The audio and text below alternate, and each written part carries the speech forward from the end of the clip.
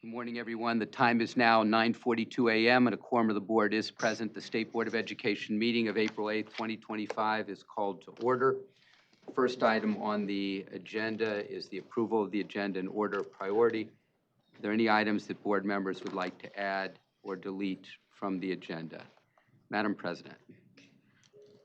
Let's see here. I move that we add to the agenda a resolution in recognition of National Healthy Schools Day. So we have a motion. Do we have a second? The second by Ms. Lipton. Dr. Pugh, to you to describe or to read. Today happens to be April 8th, happens to be my dad's birthday, but it's also National Healthy Schools Day. And it is very fitting that the conversation that we'll have today that we also move to recognize April 8th as National Healthy Schools Day, a day that recognizes that children spend a considerable amount of time in schools and that we have to make sure that those schools are healthy. I will not read it into the minutes. We can do that later this afternoon. Thank you, Dr. Pugh, and happy birthday, Professor Pugh. Is there any discussion associated with placing this item on the agenda?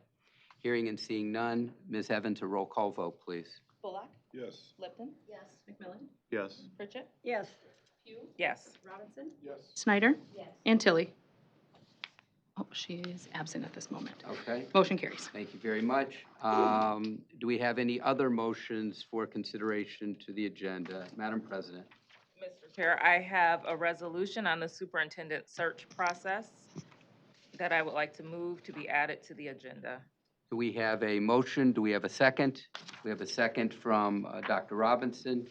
Dr. Pugh, back to you to read or to describe. Because we now know that our amazing superintendent will be retiring in October, we want to make sure that we are moving expeditiously, but also with transparency and care in the search for a superintendent for our state of Michigan. And so we want to begin that process today by putting forward the process that we will use to bring on and to ensure a smooth transition.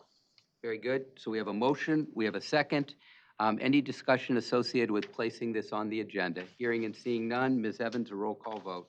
Bullock? Yes. Lipton? Yes. McMillan? Yes. Pritchett? Yes. Pugh? Yes. Robinson? Yes. Snyder? Yes. And Tilly. Yes. Motion carries. Very good. Thank you very much. Do we have any other items to be considered for inclusion on the agenda? Ms. Tilly. I'd like to make a motion to place the Michigan State Board of Education resolution recognizing April as Autism Awareness Month on the agenda. So we have a motion from Ms. Tilly. Do we have a second? We have a second from Dr. Pritchett. Ms. Tilly, to you for a description. Can I read it or no? You can, but it would be ideal if we could read them at the end, Okay, given that's fine. given time constraints. So April is Autism Awareness Month. I wanted to make sure that we recognize and acknowledge that. Very good. Thank you very much. Anything else for discussion on this item for inclusion on the board agenda? Hearing and seeing none, Ms. Evans, a roll call vote. Bullock? Yes. Lipton? Yes. McMillan? Yes. Pritchett? Yes. Pugh? Yes. Robinson? Yes. Snyder? Yes. And Tilly. Yes. Motion carries. Very good. Any other items for inclusion? Mr. McMillan. Resolution opposing House Joint Resolution E of 2025. Okay, very good. We have a motion from Mr. McMillan. Do we have a second? The second from Dr. Pugh. Mr. McMillan, to you for a description. Just the description is a HJRE passed out of the House Education Committee, so it's on the House floor. It would be a constitutional amendment removing the ability of the state board to appoint and remove the state superintendent and give that power to the governor. And so this resolution speaks to why that's an unwise move, and it's opposing that resolution. And it would take a 2/3 House and Senate vote in order to put it on the ballot. So I think it's timely and we should take it up. Very good. So we have a motion, we have a second. Description has been put forward. Any other discussion? Hearing and seeing none, if we could have a roll call vote on placing this on the agenda. Bullock, Yes. Lipton, Yes. McMillan? Yes. Pritchett, Yes. Pugh, Yes. Robinson? Yes. Snyder? yes, and Tilly. Yes. Motion carries. Very good. Do we have any other motions for consideration for the agenda? Any other motions for consideration for the agenda? Hearing and see, Dr. Pugh. Resolution regarding federal commitment to permit late liquidation of COVID-19 relief funds. So we have a motion from Dr. Pugh. Do we have a second? The second from Dr. Robinson. Dr. Pugh, to you for a description. We now know that we have COVID dollars that were intended to address issues in our buildings that our children, again, spend a considerable amount of time. Records show that they spend just as much time in their schools, or that's the second greatest amount of time that they spend in comparison to their homes. And we want to make sure that those buildings are made safe. COVID not only exacerbated, but also just really illustrated the need to ensure that school buildings have air, heat, ventilation, and we know that some of our buildings have not had that, and schools have spent the money to address those issues, and we don't need our federal government now stiffing us for $40 million in bills in order to make our children's schools safe. So I support this resolution being on the agenda. Thank you, Dr. Pugh. Is there any other discussion associated with placing this on the agenda? Hearing and seeing none. Ms. Evans, if we could have a roll call vote, please. Bullock, Yes. Lipton, Yes. McMillan, No. Pritchett, Yes. Pugh, Yes. Robinson, Yes. Snyder, Yes. and Tilly. Yes. Motion carries. Very good. Any other motions for consideration? Hearing and seeing none. If we could please have a motion to approve the agenda as amended by the 5 additions. Dr. Robinson moves. Do we have a second? Dr. Pritchett seconds. Any discussion associated therewith? Hearing and seeing none. If we could have a roll call vote, please. Bullock, Yes. Lipton, Yes. McMillan, Yes. Pritchett, Yes. Pugh, Yes. Robinson, Yes. Snyder, Yes. and Tilly. Yes. Motion carries. Board, it is 9:49 and you have an agenda. At this time, Ms. Liz Evans, State Board Executive, will introduce members of the State Board of Education. Good morning. You have just been listening to Dr. Michael Rice, Chairperson of the State Board and State Superintendent. To his left around the table is Board President Dr. Pamela Pugh from Saginaw, Board Co-Vice President Ms. Ellen Cogan-Lipton from Huntington Woods, NASB Delegate Dr. Mitchell Robinson from Okemos, Ms. Nikki Snyder, and Ms. Kelly Kuzmano, the 24-25 Michigan Teacher of the Year.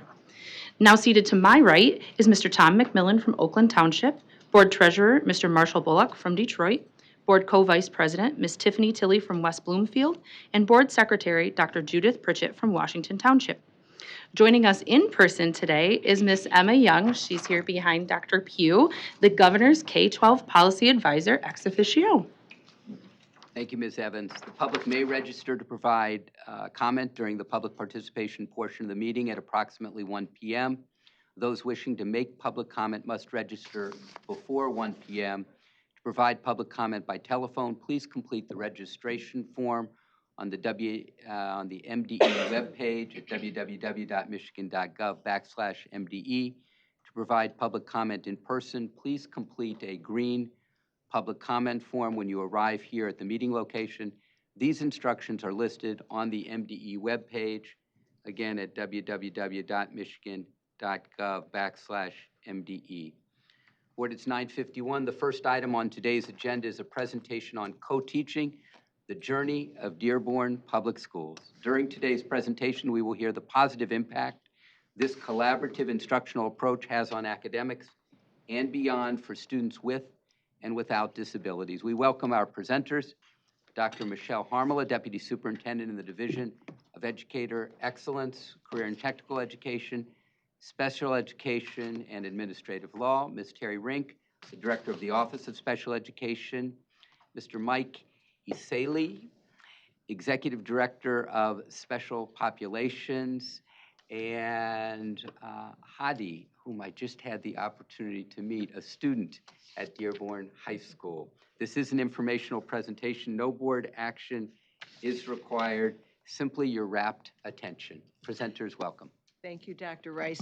I'm going to ask Director Terry Rink just to briefly introduce how we are inviting Dearborn to the table to share their journey about co-teaching. Good morning, everyone. My office has been engaged in some activities looking at different programs across the state through our ISDs. And we had the privilege of visiting this program at Dearborn. When our team debriefed at the end of the day, people were raving about how unique the approach was and how effective the model was for how general education and special education are partnering together to support improving educational outcomes for kids with IEPs. So we're really excited to have them here to share with you about their program and the students' experience in that program. Okay. Thank you very much, Dr. Rink, for the outstanding introduction.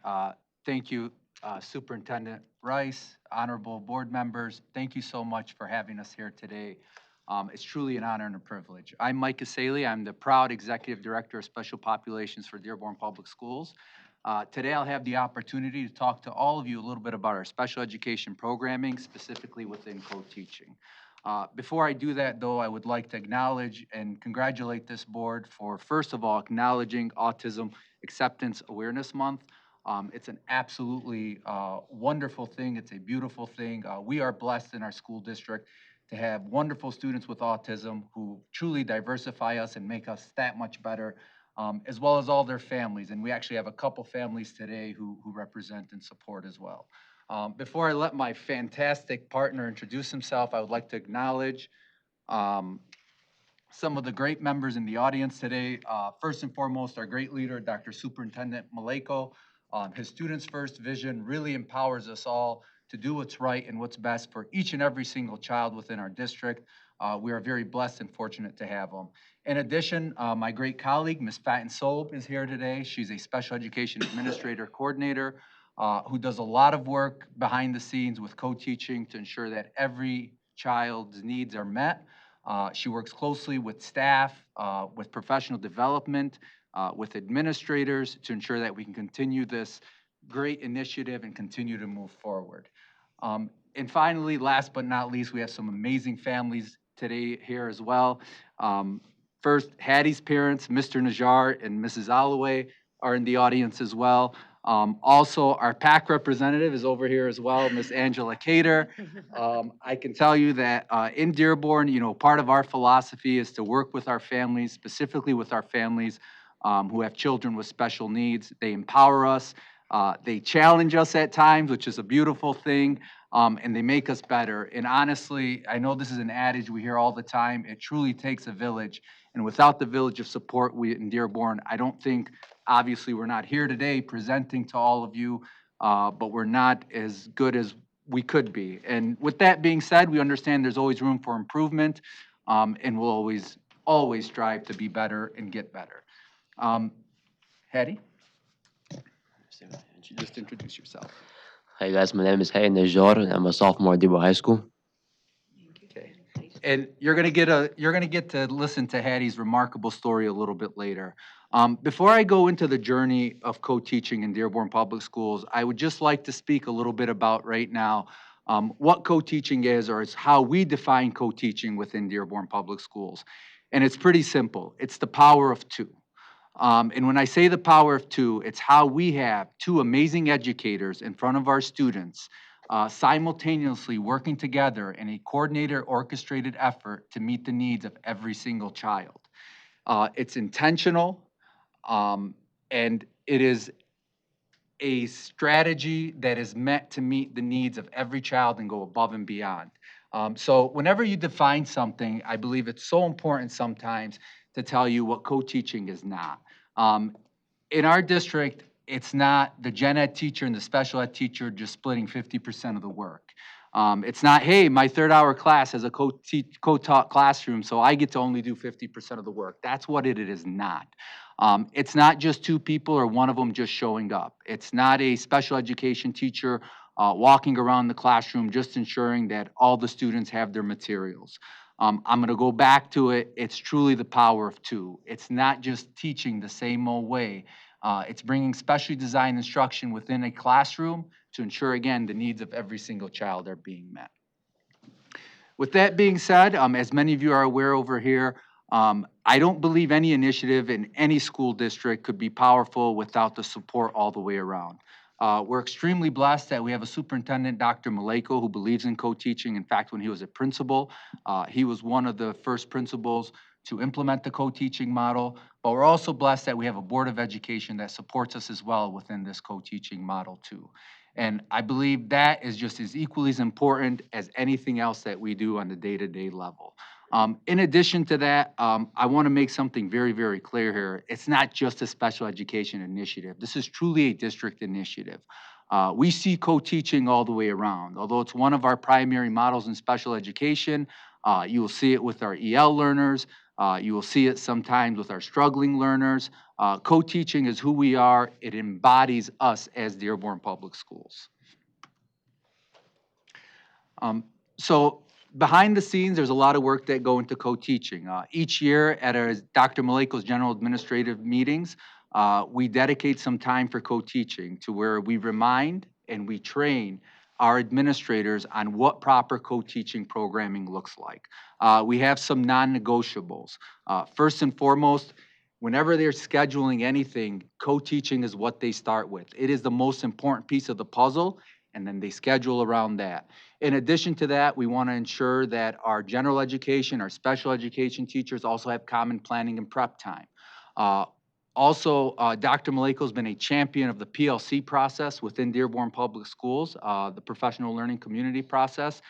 And as we rolled it out, co-teaching really played a huge role within that PLC process. So it's very, very normal to see our special education teachers, general education teachers working together in a PLC, answering the 4 questions, working on specially designed instruction.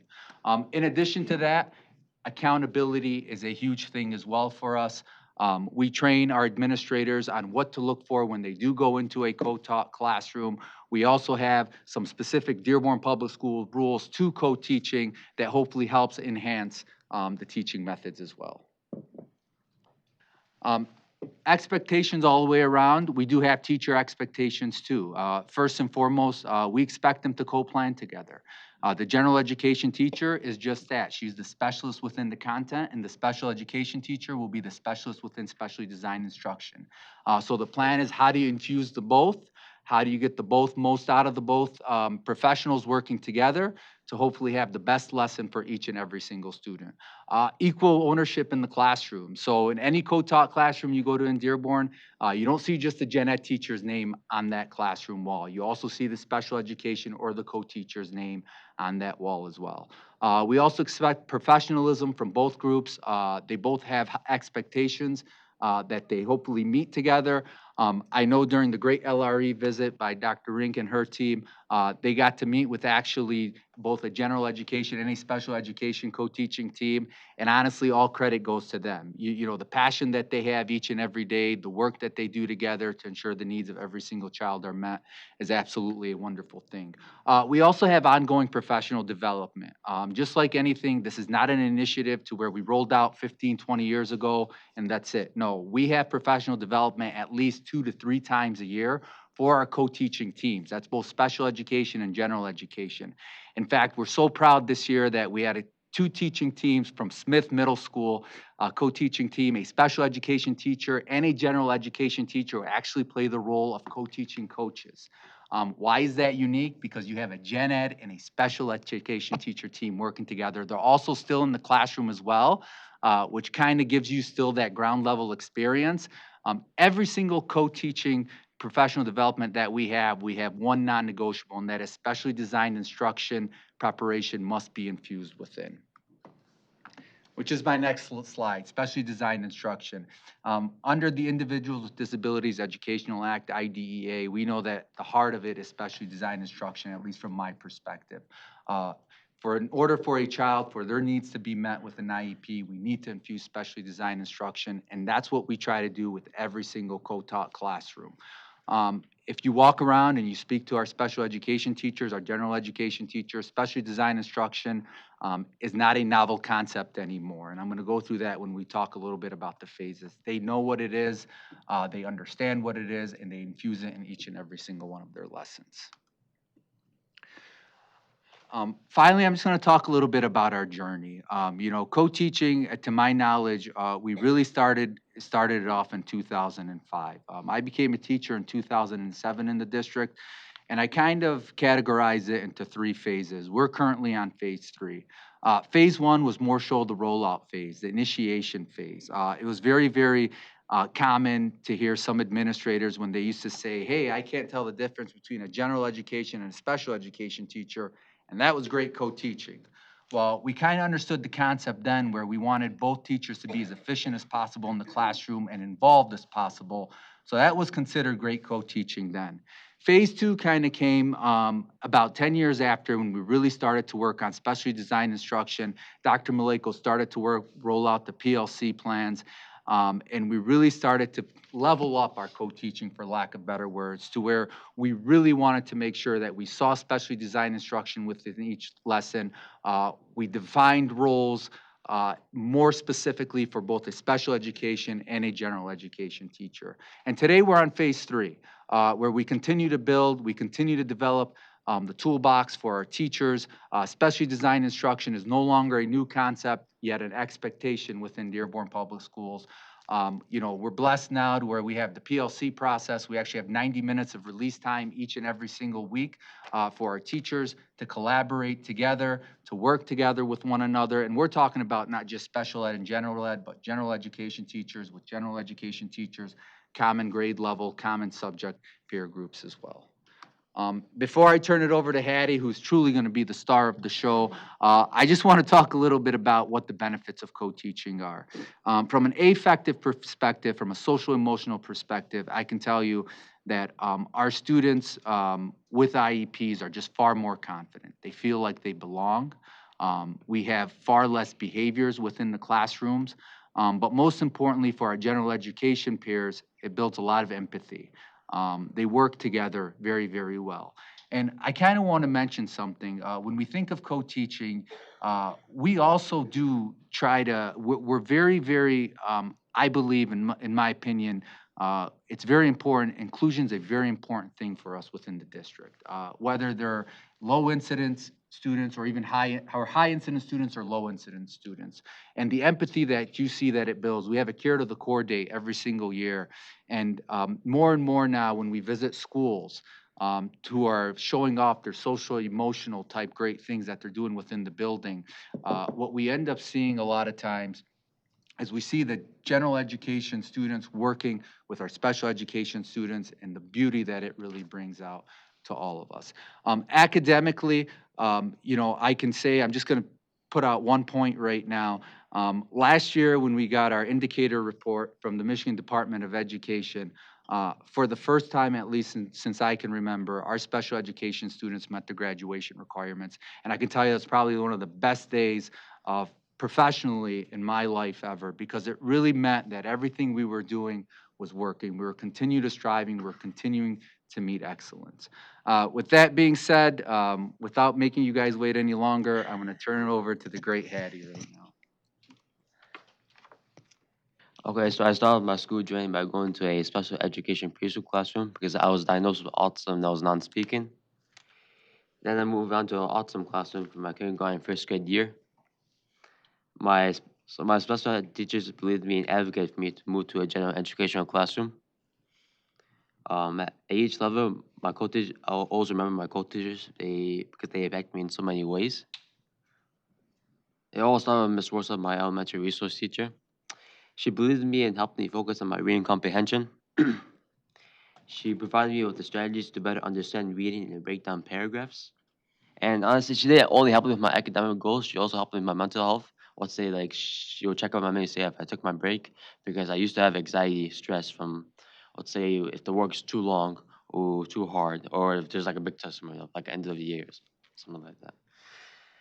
Now moving on to middle school, my ELA co-teacher, Ms. Sheffardine, and my math co-teacher, Ms. Warsaw, Ms. Have. They helped me better understand my academic task and navigate middle school. They allowed me to complete the work that was difficult for me in a safe space that gave me the time I needed without feeling pressured. They tell me how to break down my work, context clues, and better understand words because there's too many. Sometimes there's too many words, and when someone's reading too fast or talking too fast, it's hard for me to understand sometimes. Um, they allowed me to be a leader and help others in areas I have strengths in. Because let's say sometimes, like when we do small groups, my co-teacher will allow me to help other students like who struggle in math, and that made me feel good. I like helping people. They advocate for me to be independent and not need the support of the para. Okay, this might be a little silly to you guys, but they they gi- they gave me they provide resources for me such as a key lock because I never knew how to use a number lock. So instead, they just give me a key lock. So once they told me how to use a number lock, I started learning how to do it. They told me to be a leader and not a follower when I was learning how to make friends because I did struggle to make friends at that time. Then I wanted to be friends with the cool people. And I was talking about my, I was talking about my cool teachers that I should be making friends with people laughing with me, but not at me. They told me what my IEP accommodations are, like taking a break, asking for help, and having more time in work. Now moving on to high school, Mr. Seeley, he was focused on my reading and annotating. He showed me ways to break down the work and better understand the context. He allows me to have a safe space to complete the work I need in any test. He allows this part. Oh, the second part. I forgot to explain it. So he showed me ways to break down the work and better understand the context. Let's say if I don't understand a paragraph, I'll ask Mr. Seeley, hey, I don't understand this paragraph. I'll ask him to explain it to me. So sorry, I forgot to explain it to you guys. He allows me to email him at any time with concerns. Let's say like if I'm having a hard time with something, or if I'm struggling in classwork, or in the future, or if I need to talk to him the next day. He allows me to be part of my IEP meeting and make some choices, like what we need to work on or get better at. He allows me to trust myself with what I know, because even though ELA is literally the hardest subject for me, he wants me to trust myself and do it on my own. But once I'm done, like doing the work, I'll show them to see if it's right. If it's wrong, we'll fix it. He always helped me to determine what classes are good for me and support me with my future goals. Overall, both my co-teachers always felt like I had someone who accepted me without judgment and support me with navigating my academic school and life. They provided me with the skills I needed to better understand my work. They pushed me to be a better version of myself. They listened to my concerns and gave me the time I needed and helped with my self-esteem. Thank you. Great job.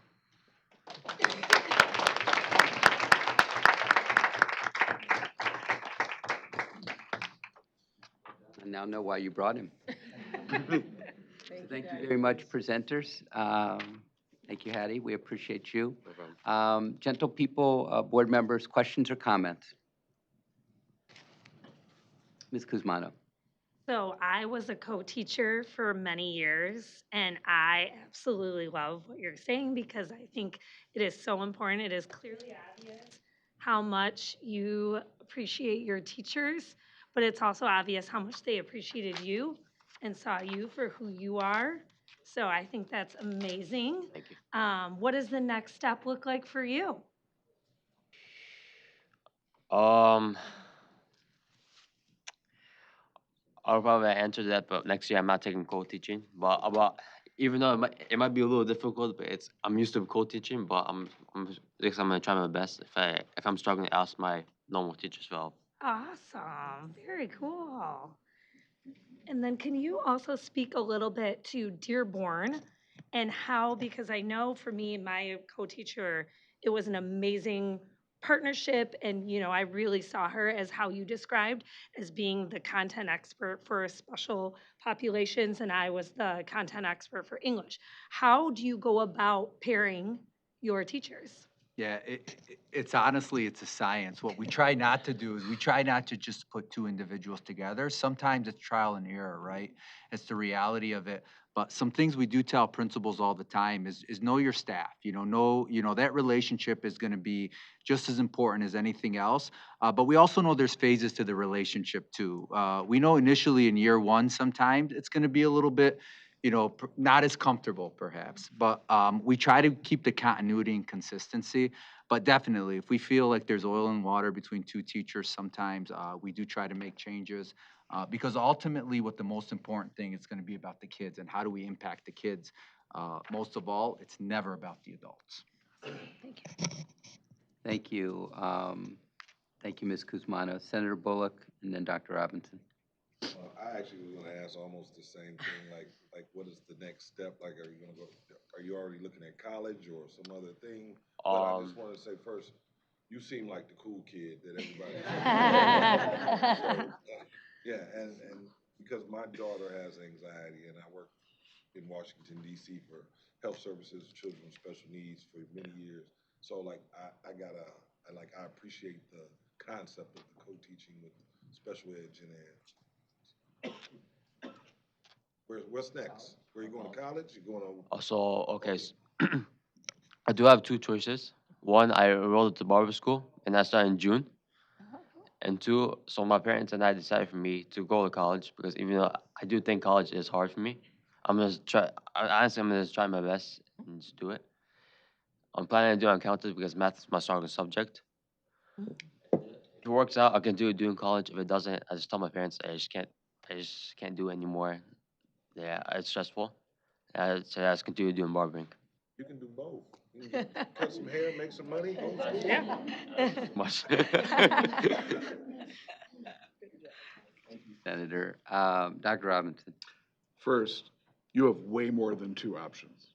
You're going to have all the options that you want. We hear a lot of discussions around this table about how schools are doing, how teachers are doing, how kids are doing. And almost always, what we hear are test scores. Mhm. And I just want to thank all of you making this presentation today. We didn't hear one number. We didn't hear one test score. I've taught for a long time. I've never thought of education as a bunch of numbers and test scores. I've always thought about it as relationships.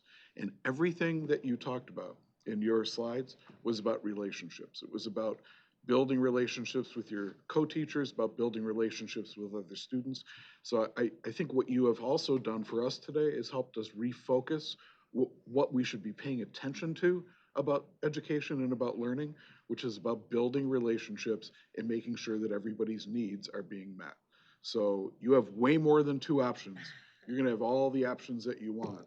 And I'm glad that you've taken advantage of them, and now you're gonna move into a new phase, and you're gonna be just fine because you're ready to ask for help. That's another thing, a lot of, especially boys at your age, do not ask for help. I have two of them at home. They do not ask for help. So being willing to ask for help is huge. So bravo to you, bravo to you. Thank you so much. Thank you, Dr. Robinson. If I didn't know better, I'd say you were an educator. Dr. Pritchett, Ms. Lipton. Thank you. Thank you very much for the presentation. I concur with my colleagues here. You will go very, very far. I was a building administrator many years ago, and we had two teachers who wanted to co-teach, so they kind of took the leadership position on that. And what we found very quickly was it was a win-win for everybody, which I think sometimes gets lost. This is great for special needs students, absolutely. But the other winners is the whole classroom, is every student in that classroom. So I just wanted to indicate that and to congratulate you again. And I totally agree with Dr. Robinson. You have many, many options ahead of you. Thank you, Dr. Pritchett. Ms. Lipton. Thank you. How many are all of your classrooms co-taught, or is it, does it change year by year, by teacher by teacher? Yeah, so we're blessed. We have a nice continuum in Dearborn Public Schools, and students get what they need. Now, if the students, we believe, their least restrictive environment would be in a co-taught classroom, that will be the specific model. Now, I will tell you for our middle and high school students, for mostly our students who are on diploma track or are high incident, they are in a co-taught classroom. That is our primary model. We also do have resource rooms, and we have categorical classrooms as well. Okay, so it sounds like it's based on your student population for any given year or cohort, perhaps? Absolutely, and we do things, some students may do well, let's say in a co-taught math class. They may need a little bit more support in English language arts. So we'll tailor their program to ensure where they can be most successful. It's truly IEP team decisions and individualized decisions based on what students need. We have found that expectations are crucial, and high expectations are so important. We want to ensure that we have high expectations for each and every child. We're firm believers that when you provide people with high expectations, they'll surprise you, specifically kids. And we've seen tons of success stories with that as well. Have you found that it requires more just hard dollars to sort of do this model? Yeah, Um, it's an investment to do the co-teaching process right? Because what you don't want is you don't want one special education teacher working on 4 subject areas with 4 different educators. Then it's going to be impossible to implement those things like specially designed instruction and whatnot. One of the very first few slides, I said we're blessed that we have both a supportive superintendent and a supportive board of education who supports us with this model and will invest in this model. So to answer your question, are there more cost-efficient models out there? Absolutely. Are they going to bring the results and do what's right for kids? In my personal opinion, no. right, so cost efficient, meaning cutting, Cost-effective, not cost-efficient. Yeah, is not going to achieve cost right, effectiveness, right. which clearly your model is proving. Right. That properly invested dollars, even if it's a greater number or a greater amount of dollars, is clearly worth the investment. I would support that statement. Thank you so much.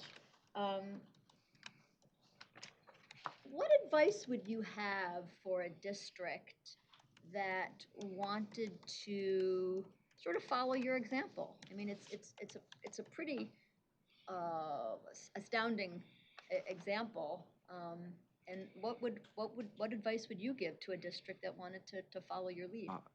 Believe in your students, and keep after it. Be committed to it. Just like everything else, you're going to have bad days, bad months, or even bad years. But it's all part of the journey. It's all part of the process. That's why our vision is so important in Dearborn Public Schools of being students first. And if you continue to believe in that vision, and you continue to believe in your kids, and you truly want to do what's right, you're going to have to do the hard work. And part of the hard work sometimes is having those bad days and having a discussion about it, going back to the drawing board and trying to make it better. So like through our process, we've had things, led by our superintendent, like co-teaching steering committees. We've involved so many different stakeholders. So it takes a lot of work, a lot of time, a lot of energy and investment. And it sounds like you've actually managed to change the entire culture of your district, so that all phases are sort of really in on it. Yeah, really proud of it. That's what makes us great in Dearborn is we believe in every child, and we want to ensure that when children walk out of our doors, they have absolutely the best education possible. And I truly mean this. We'll do whatever it takes. Now, with that being said, we're not perfect by any means. I'm not perfect by any means. We still have a lot of room to grow, but I think as we continue with that kind of open mindset that we're going to continue to grow and continue to do better, anything is possible. Wonderful, thank you. You're welcome. Thank you, Ms. Lipton. Any other questions? Ms. Tilley? First, I want to say thank you so much for coming and the presentation and sharing your journey. I think that it's amazing to hear your journey, the evolution of it, and the breakdown. I think is really helpful of knowing the weaknesses, the strengths that you have, and the support you have. Hearing the support that you have at school and at home, I think that makes a really big difference. Is there anything else that you want to add that you didn't get a chance to add? Well, I recently wrote a book, like, it was like 3 years ago. Mostly about, like, maybe a story about me, about my autism, like how my autism never defined me. It's also teaching others with disabilities, like, don't let their disability define them. What's the name of your book and where is it? A different ability. It's everywhere. Amazon, Target, What's the name of it? a different ability. Okay, thank you. Your driver's license. I am getting my driver's license soon, so. Very good.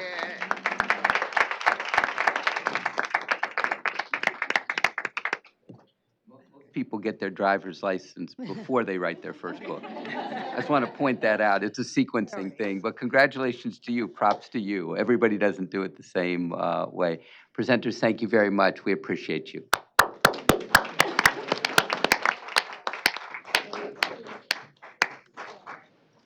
Board members, it is 10:22. The next item on the agenda is a presentation on free and appropriate public education in the least restrictive environment, capacity building, and improvement effort. The MDE Office of Special Education has been conducting a series of on-site visits with an identified cohort of ISDs. These visits are designed to strengthen the partnership between the state and each ISD. As a condition of the IDEA federal grant and consistent with the IDEA statute and regulations, the MDE OS conducts a monitoring of each ISD on a 6-year cycle. The MDE Office of Special Education Director, along with select ISD directors, are here today to share their experiences with this comprehensive effort to improve outcomes for students with disabilities. We welcome back two of our presenters, Dr. Michelle Harmela, Deputy Superintendent, Ms. Terry Rink, Director of the Office of Special Education, and we welcome freshly to the table this morning Dr. Jen Terriall, Assistant Superintendent for Special Education and Early Intervention Services with Wayne Risa, Christina Penfold, the Director of Special Education from Copper Country ISD, Suzanne Masters, Director of Bay Aranac ISD, and Andrea Scheidel, I beg your pardon, the Assistant Superintendent of Special Education in Wexford Missaukee ISD. This is an informational presentation. No board action is required. Presenters, welcome. Thank you, Dr. Rice. We appreciate it. Our agenda today, we're going to talk to you briefly about the primary mandates of the IDEA, which is the Individuals with Disabilities Education Act, the general supervision system, and we'll just give you a brief overview because the initiative that we identified the co-teaching model through, as well as the work these ISD directors are involved with the department, is related to the general supervision system. We're going to talk about FAPE in the least restrictive environment. We have lots of acronyms in special ed. So FAPE is free appropriate public education in the least restrictive environment, and we're doing a capacity building and improvement effort.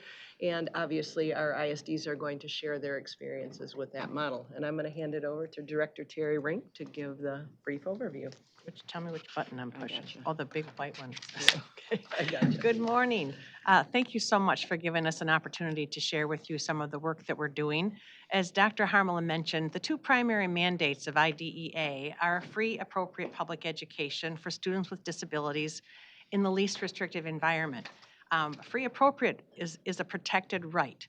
Children with disabilities are entitled to be educated where they would be if they did not have a disability. And any change that we make that removes them from that, in total or in part, needs to be based solely on what's appropriate to the needs of that child. Least restrictive environment is really the emphasis that Congress puts on the need to keep children to be educated with their typically developing peers to the greatest extent that's appropriate for them. So with that in mind, there is a continuum of how we think about where services take place for students.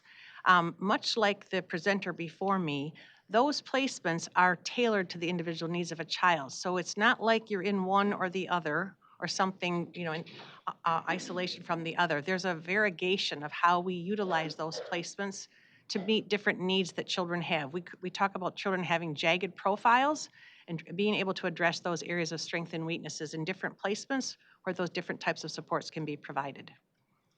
General supervision system is actually a requirement of the federal IDEA grant. We received the 8th largest federal grant in the country.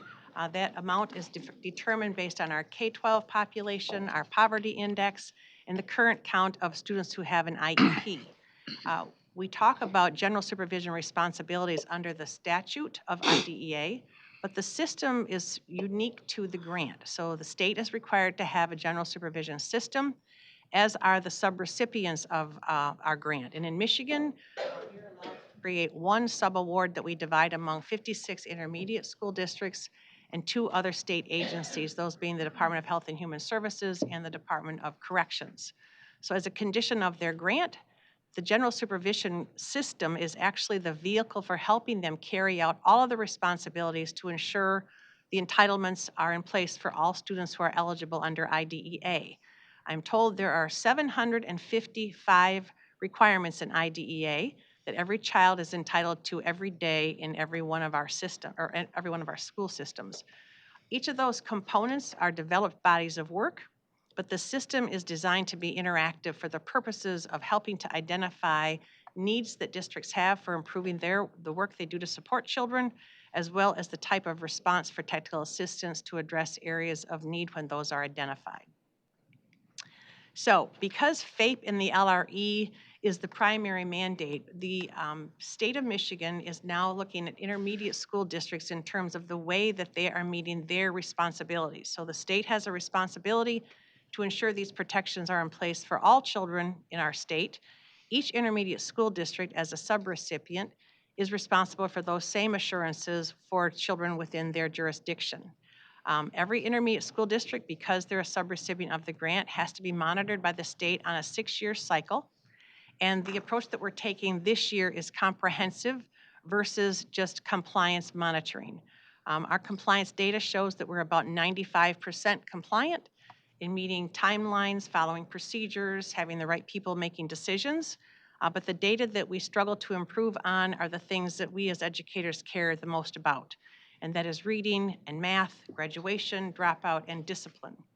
Those types of structures are part of our larger education system, and they are not easily corrected by simply ordering corrective action. So we are taking a new approach to how we understand how ISDs work with their districts to support them in meeting the requirements of IDEA. The first cohort consists of 9 ISDs. These ISD directors were the first who also, well, 3 volunteered, 1 did not, but she was great just the same. These activities launched in September last fall. So it's a week-long visit. So we have been to 7 intermediate school districts this year. We still have 2 more coming up in May. We have been physically present in 82 districts within those 7 intermediate school districts.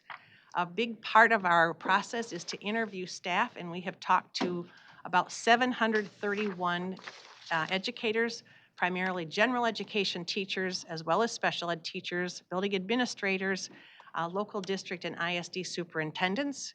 We've reviewed approximately 156 student records, and we have also had 2-hour convenings with each of the parent advisory committees that are required under MARS rules for each intermediate school districts to convene.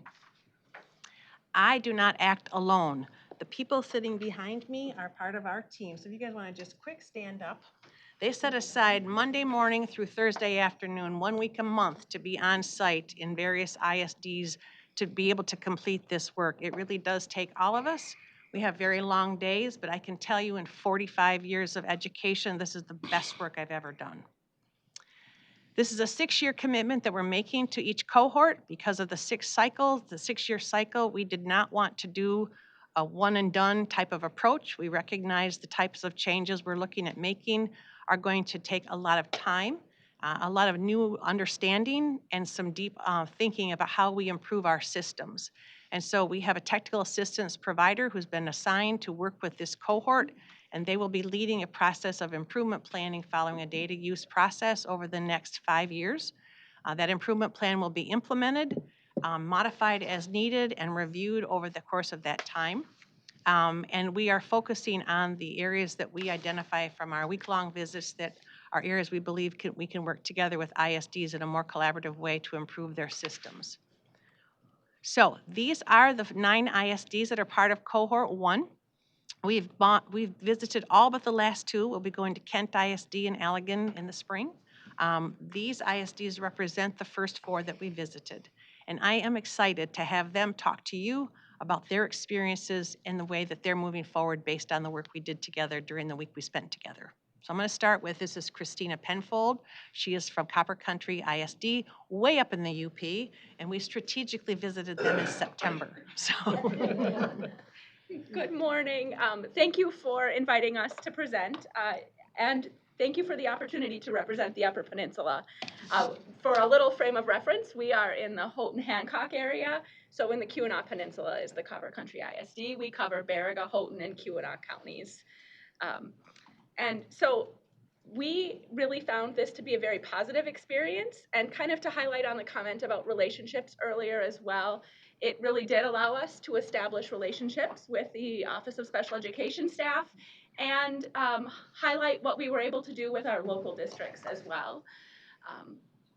There were a lot of, we visited a lot of places and did a lot of things, and because we were the first, I do think we are the guinea pigs in some of this. Terry will reference us in that way, but it was good for them to see some of the challenges that we have in our rural districts, but also be able to celebrate the things that we're doing really well. So in our report, there were some things that highlighted that we are doing well, and then moving forward, what are we going to do next with this work? And I think that that's important to highlight so that it wasn't just, here they came here, but now what? And so this is work that we are committed to for the next 5 years. This isn't going to be easy change. These are big things that we're trying to change within our systems moving forward. So the first steps for us are to establish an implementation team that will go back to our plan and revisit our data and look at smaller data cycles as we move forward to kind of create, we are small, but it's not just going to be me that's making these decisions as we're working with our districts. And then the next pieces that were identified for us were professional development. So we've done a pretty good job of working with and supporting our special education providers, but we haven't done as much for our general education partners. So what can we do to bring everyone to the table together collaboratively to support the inclusion effort and help everyone support this? And so it was exciting to hear about the co-teaching presentation as well. That is not something we have strongly in place in our area at this time. The next piece is really at that secondary level as well. So how do we make sure that we have a really good continuum of services and understanding about what special education looks like for secondary students, using personal curriculums well, and supporting them for positive outcomes. And then the other piece that we have already started working on is that individualized accommodations. So when we are thinking about students and what will help them be most successful, we're making sure they're very individualized, that we aren't kind of using the drop-down menu within our IEP system and making some blanket pieces. So helping all of our educators understand what might be helpful for students moving forward. We have been, the next piece is our technical assistance partner, Emily Adema. So she's sitting out there.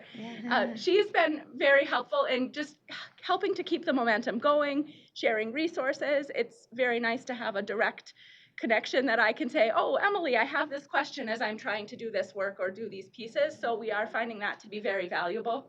She's willing to meet with us when we're coming down here for other meetings and just helping us. And obviously we're doing Zoom and Google Meets as well, but just that piece of keeping it going, because it's not something I think we can do alone. And then just, I do want to acknowledge that we appreciated the opportunity to kind of show off our districts and share what was happening and have all of that happen. So this is my 8th year in my role, and I certainly didn't have this level of relationship with the Office of Special Education staff that I do now, and I appreciate that. So thank you. Our next presenter is going to be from Wayne Risa. This is Dr. Jen Terriel. She's fairly new in her role. She's been in her role about 1.5 years, and she started working with us when we at the beginning of this process. So she was quick to volunteer to and we're extremely appreciative that she was able to do that. Absolutely. Good morning, everyone. I appreciate the opportunity to speak to you on behalf of Wayne-Riesa, which is your largest county in the state of Michigan. We have the honor of servicing over 260,000 students every single day. 33,000 of those students are students with disabilities, and it is an honor to serve. I serve under the amazing leadership of Dr. Davida Colbert, who is students first all day, every single day, and allows us to do the amazing things that we do in Wayne County, highlighted by Dearborn as well. So we visited 27 districts in Wayne County in a very short period of time. So we took a variety of LEAs and PSAs so that the Office of Special Education could have a really good understanding of Wayne County. And we went east, west, north, south, all over Wayne County.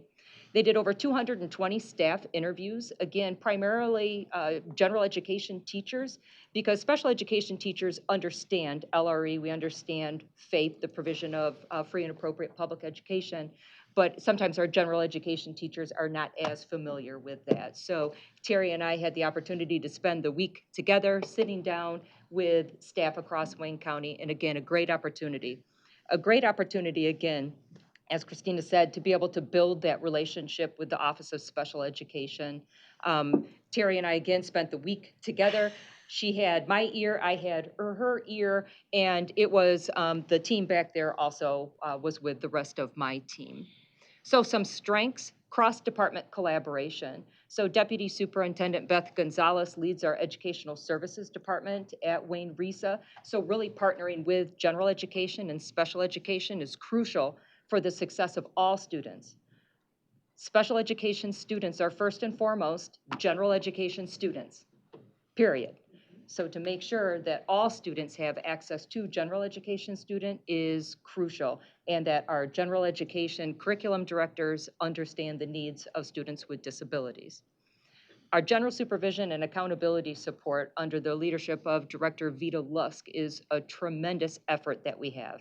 We have, obviously, 33 school districts and 97 public school academies. We do have some compliance issues in Wayne County. We work hard on those every single day to do what's right for kids every single day. So I just want to highlight Charles Thomas, who is back there. Charles Thomas and I have spent a lot of time together. He is a huge asset that we have in the Department of Office of Special Education, partnering with us to make systems level changes in our local districts so that we can do better by all students. Our assistive technology, we have over 1,600 devices out on loan for students throughout Wayne County so that they have access to general education and have a voice in general education in their special education classes. So we work very hard on behalf of all of our students. Obviously, you just heard a wonderful presentation by our Dearborn team about co-teaching. So it is not in every district, but our goal is, to Mike's point, that we do what is right for the students that we have in front of us at the time, making sure that we have a full continuum of programs and services, starting with general education, and making sure that as students' needs become more and more unique per their IEP, that we have those offerings throughout Wayne County. MTSS for all, so multi-tiered systems of support. So when Terry and I visited our districts, some have MTSS going pretty well, some have response to intervention, and really providing an understanding of what the difference of MTSS is compared to response to intervention and the impact those two different systems have on students with disabilities, and making sure that all of our instructional individuals in our school understand that MTSS is for all students. That is not the time to pull special education students out of the classroom into their special education supports, because they're missing that high quality tier 1 instruction from the content experts, our general education teachers. We are working on improving participation in extracurricular activities and those non-academic activities, from unified sports, peer-to-peer supports, and everything else under the sun, from grilled cheese club to the ski club, making sure that our students have access to and opportunities to participate in all of those activities that all students should have access to. Our future work is really about improving everyone's understanding of what least restrictive environment means. Again, Every single student in the state of Michigan is first and foremost a general education student. That's baseline. And then we start to build supports based on what their unique needs are. So what does that look like for each and every single student? And then, again, just looking at what those frameworks look like, again, Wayne County, the biggest county in the state of Michigan with those 260,000 students that we educate every single day. What does it look like for them as we move forward with this work? And again, I appreciate the opportunity, Dr. Harmala, Terry Rink, and the team behind there. You talk about relationships, Mr. Robinson. It is not only about relationships with our students and improving their mental health so that they can actually learn and be academically challenged to the greatest extent possible, but it's also focusing on compliance because we know compliance protects children. However, it's about building the relationship so we can get to the systems level aspect of what special education is all about so that we can make those changes for all. So I appreciate the opportunity. Thank you. Our next presenter comes from Wexford, Misaki. Wait, no, Bay Area next. Sorry, I looked at the wrong slides. This is Suzanne Masters. She's the Director of Special Education for that ISD. Hi, thank you for having us. I really appreciate the opportunity to speak with you and talk with you about all of the exciting work that is happening, just like my colleagues. And I don't want to repeat some of the things that they've said because I do want to point out that I do feel like a lot of us are in the same boat. Even though Wayne might be very, very large and Copper Country might be smaller, I feel like we're all struggling with some of the same things, and we're all have a lot of great strengths and assets. And it was exciting for me to sit here today and listen to the young man from Dearborn and listen to the work that's happening, because I can immediately see how that would be applicable in the districts in which I work. And one of the reasons that I love what's happening right now is that we're all here together. And I really believe that the model that the Office of Special Education has put forth is going to increase collaboration. And I think that that is key, because otherwise we're just redoing work all of the time. And why would we do that when there's so many things that need to be done? So I just want to point out that I believe that the model that they've put in place really will foster the relationships not only with the State Department, but with our colleagues. And it's not that we don't meet together, we do, but we don't really have time to roll up our sleeves and talk about how can we really get in there and share and problem solve together. And I believe that this model will really push that level of collaboration forward. So Bay Aranac ISD is obviously a very special place to me. It is a 2-county ISD, and we have the benefit of having both urban and rural communities that we support. And so we have a lot of different strengths and a lot of different properties and types of weaknesses that we are working on together. And I really enjoyed the week that we had with the State Department. I will emphasize again, it was really nice to have them shoulder to shoulder. I felt like I was very proud to show them a lot of the great things that are happening in all of our districts and communities, but I also appreciated that I now have think partners that can work with me for some of the areas of concerns that we do have. And that was novel. I think I would never have expected the State Department to spend a week in our intermediate school district and in our districts. And I think that that is invaluable for them and invaluable for us. They actually get to see a direct window into what is happening on a day-to-day basis in charter schools and public schools all across our 2 counties. And I think that it also allowed our staff in all the different districts to feel heard, and that the State Department is interested in what is actually happening on the ground level. And I think that information that they walk away with is going to be very important for them as they're planning for the whole state. So I guess I would ask you in this couple minutes that I have that we do need some help. And I believe that the Office of Special Education needs some help from all of you. And that is, how do we get all of these educators in the same room? How do we have these important discussions that my colleagues have brought to you about all kids are gen ed kids?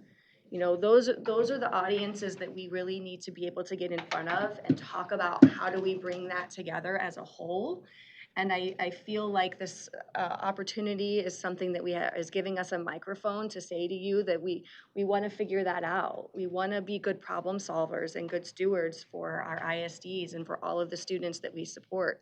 And we're trying to figure out how do we get everybody in the same room so we can have those discussions. And so I hope that through this process, it opens the doors for us as special educators and general educators to sit down together and really have those in-depth discussions. But I know we all want the same thing. It's figuring out how to do it together. And so I'm hopeful that after this process and moving forward, we can really have those deep level discussions as an education community. Thank you. Thank you, Suzanne. As I mentioned, 6 of our ISDs that are part of this cohort volunteered. 3 did not. Andrea did not. So she's the director from Wexford, Missaukee, and that's the Cadillac area. So I'm going to let Andrea share her experience. Good morning. I feel like I have to make a little disclaimer about it. So I've been in this position for 2.5 years as an ISD assistant superintendent, and while this is my 20th year in education, at that point, not even 2 years in with a very green supervisor team, I wasn't volunteering, but when we were voluntold, we embraced the opportunity because it has to start somewhere. So Wexford Missaukee Intermediate School District is just south of Traverse City. We cover those 2 counties. We have 7 local school districts, about 8,500 total students, K-12.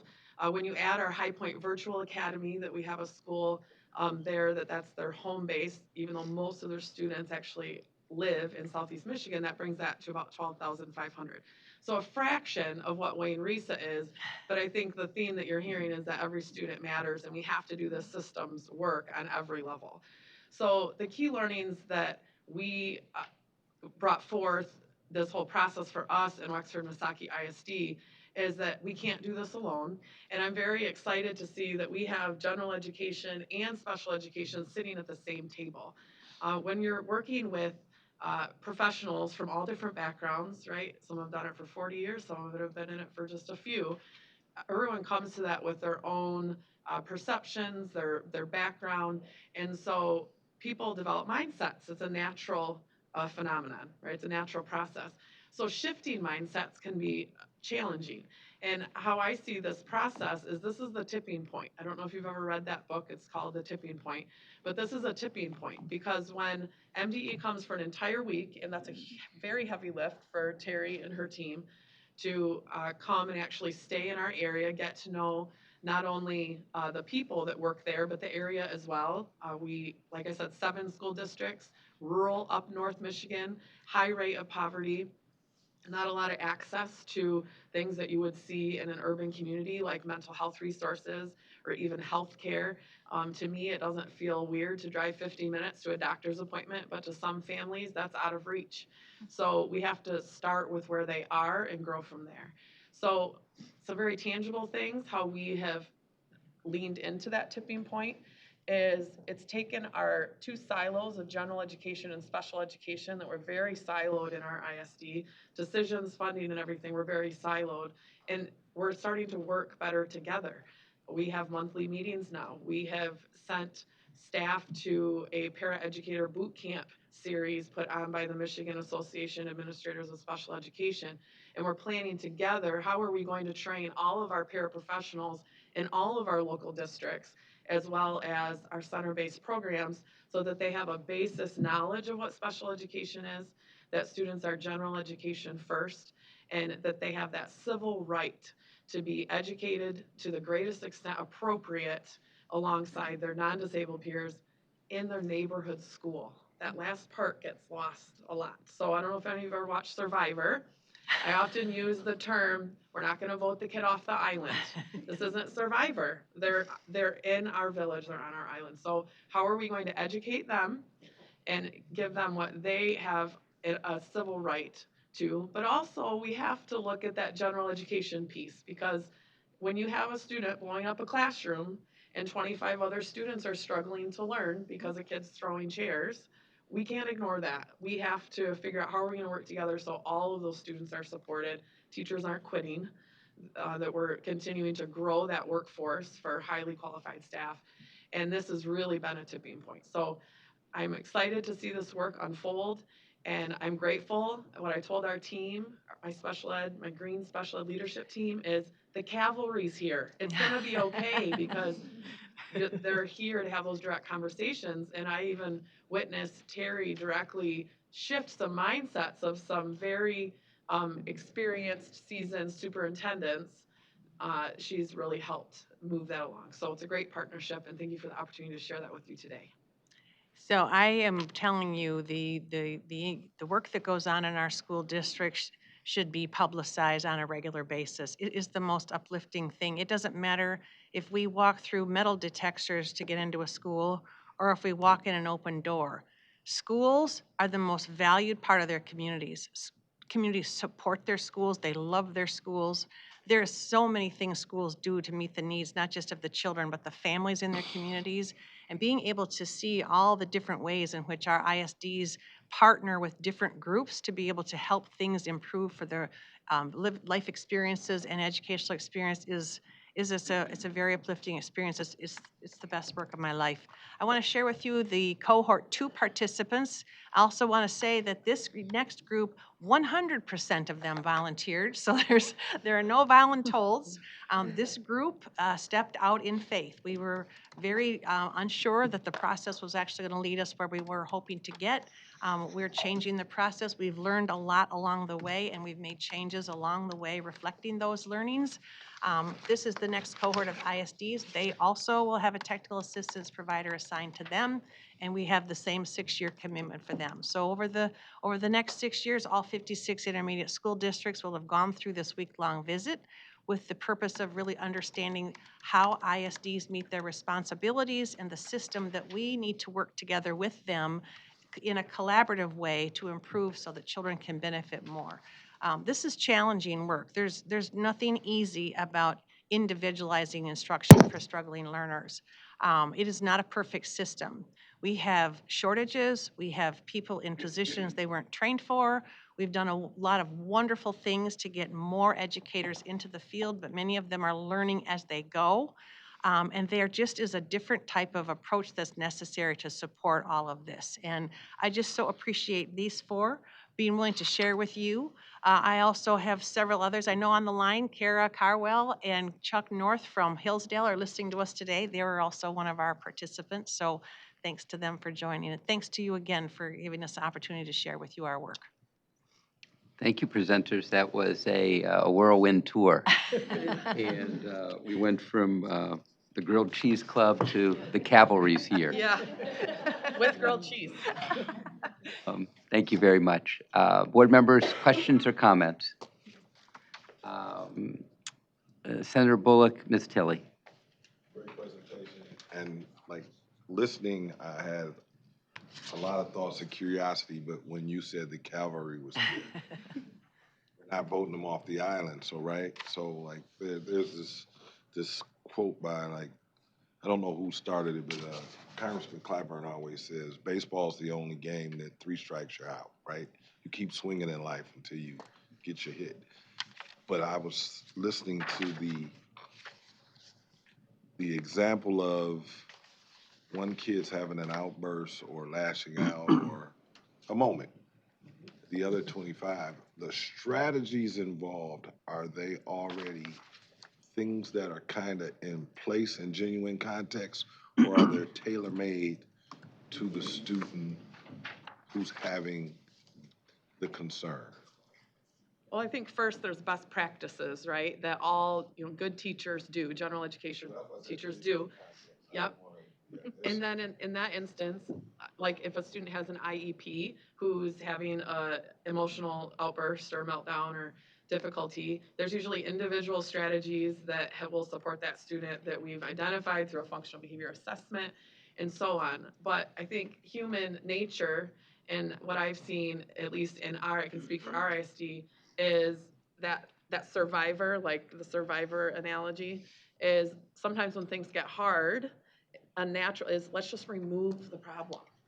And I'm bringing that forth because that's not a problem, it's an opportunity about how can we do this better, differently. So all 25 students, including the one with the outburst, is learning, but they're still gonna be a part of their community. Because I think human nature is, let's just, like remove the problem. And so there's a tendency in special education to do that, which further segregates students.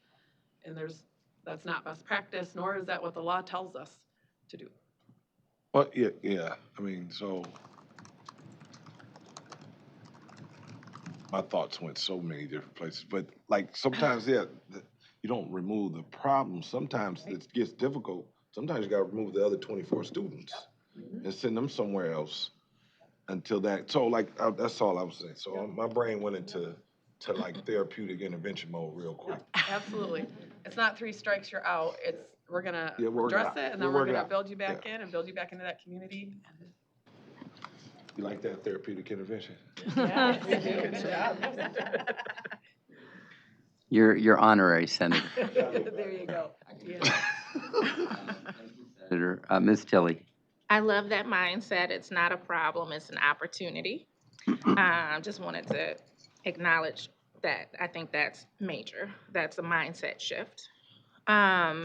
You mentioned compliance issues, and I wanted to know what are the predominant compliance issues that the RISA has seen, that the ISDs have seen, and what have you all done to work to remedy those compliance issues and to offer support, and how has that been received? So I can speak on, so there's 18 compliance areas that the Michigan Department of Ed Office of Special Education reviews every single year. They're always looking at our data for that. So I'll pick one for untimely IEP. So not holding an IEP within 364 days of the annual life cycle of an IEP. So compliance protects children, so making sure that we are having IEPs on time so that we are addressing the current needs of that particular child. So what do? We provide professional development to all of our special education leaders on a monthly basis. They take that information back and provide that information to their local school districts. We review policies and procedures. So what is your policy and procedure for annual IEP due dates? What does that look like in practicality? What does that look like in reality? Making sure that, I know up in the UP, they've had a lot of snow days and ice days, so making sure that you're taking into account those kinds of days where you might fall behind in your IEP timelines. So just making sure that we have all of that information up front for all of our special education leaders across the state of Michigan, making sure that we put those practices into place. And if we see a district who is struggling with that, we then push our technical support into that particular district. So we'll meet with the district leadership. We'll meet with the superintendent of that district. We'll meet with the staff and actually push our technical support in, as well as our professional development into that district. How has that support been received? Do you ever get any pushback? So sometimes we do get some pushback, but I think it's about building relationships. So again, Mike is a part of our Special Education Coordinating Council. I think he would tell you that we have a very cohesive group of special education leaders across Wayne County. I can speak for myself, and I'm sure they do as well. So it's about building those relationships, building trust, and building that trust with the Office of Special Education as well. So when we do have untimely IEPs, that what comes from the state to us meets the expectations of the district and supports the district. So looking at making systems level changes is just crucial to making Wayne County better on behalf of all of our students with disabilities. So when we look at compliance, again, compliance protects children, but let's look at what's the root cause of it. Is it turnover in staff? So we need to train staff on a more frequent basis. Are there no policies and procedures in place? Let us help you develop those, et cetera. Thank you. Anybody else? Any other takers? I'll just add that we do have ISDs that they're all are built differently. So for example, in Bay Aranac, we have special ed supervisors that we employ that then are turned around and assigned to local districts. So sometimes it does look like the ISD staff going in and sitting down with a special ed teacher and saying, how about we work together to figure out how to schedule your IEPs out for the whole year? Or maybe we're working with building administrators and saying, why don't we look at a system of getting subs for the whole year and do it in August so we don't get down to a day when we need to have IEPs and we don't have a substitute. So sometimes it really does actually end up being that hands-on with our local school districts. And yes, some are more receptive than others, but I completely agree with my colleagues that building those relationships are key, and that takes time, right? It doesn't always happen quickly. But I do know that some of us are, some of our staff are getting in there, really one-on-one with other educators trying to solve problems. What happens when complaints are escalated? So if you have a parental complaint and they've tried to deal with it on the individual school level with the administration, and they have not reached a resolve, and it gets escalated to the RESA or ISD, how is that handled? I can speak for Bay Aranac in that I do get parent phone calls multiple times a week. That's not unusual. I try to be a neutral sounding board where I take in information from a parent, I listen, I try to figure out what the concerns might be, and then I assure them that I will reach back out to them, and then I generally reach out to the district. I kind of play that mediator type of a role. I never want to be seen on either side as being against them. So it's a matter of trying to listen and understand, and sometimes I facilitate meetings. I might do like an impromptu mediation between both sides to hope that it doesn't get to a state complaint or a due process hearing. It works sometimes it doesn't, but I think most of us try really hard to be that middle ground for our local school districts and for our parents, both sides.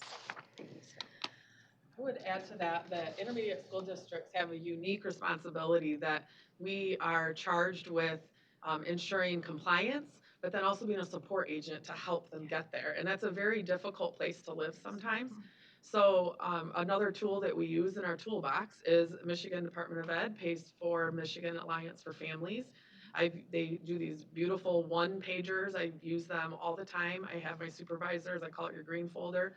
Pull that out. It's simple. It's two-sided. It helps break something down in parent-friendly language. They also have advocates that we can connect parents to. Sometimes I've utilized that if I have a parent that's maybe a little unreasonable or not willing to come to the middle, because connecting them with an advocate will provide that third party that's not, the ISD or the school district, but to help kind of be that voice of reason and come to the middle. So we have tools to help us with that too. And so we'd like to see that continue for sure. Michigan Alliance for Families. It seems like you have a really good, those of you at the table, working relationship with MDE. And from what I've seen, I know both Terrys are really good when it comes to special education.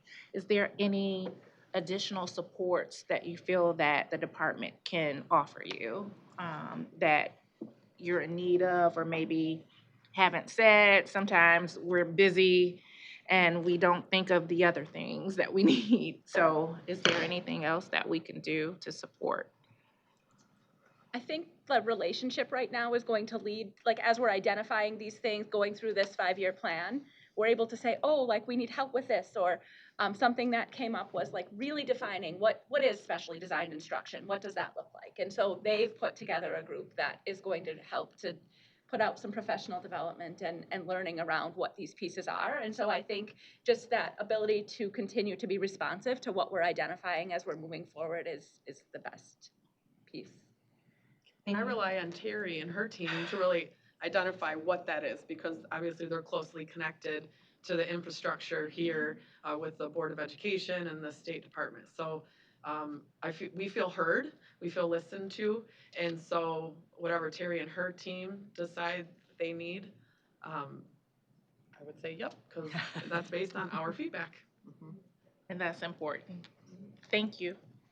Thank you, Ms. Tilley. Ms. Snyder, Dr. Pugh, Mr. McMillan. So very promising. Thank you for coming and presenting.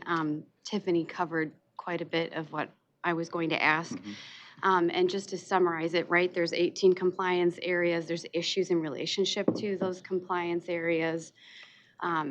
Now there's a comprehensive effort on behalf of Michigan Department of Education to tour the state, all the ISDs, to really build relationship out, post-COVID, and say we're going to make improvements.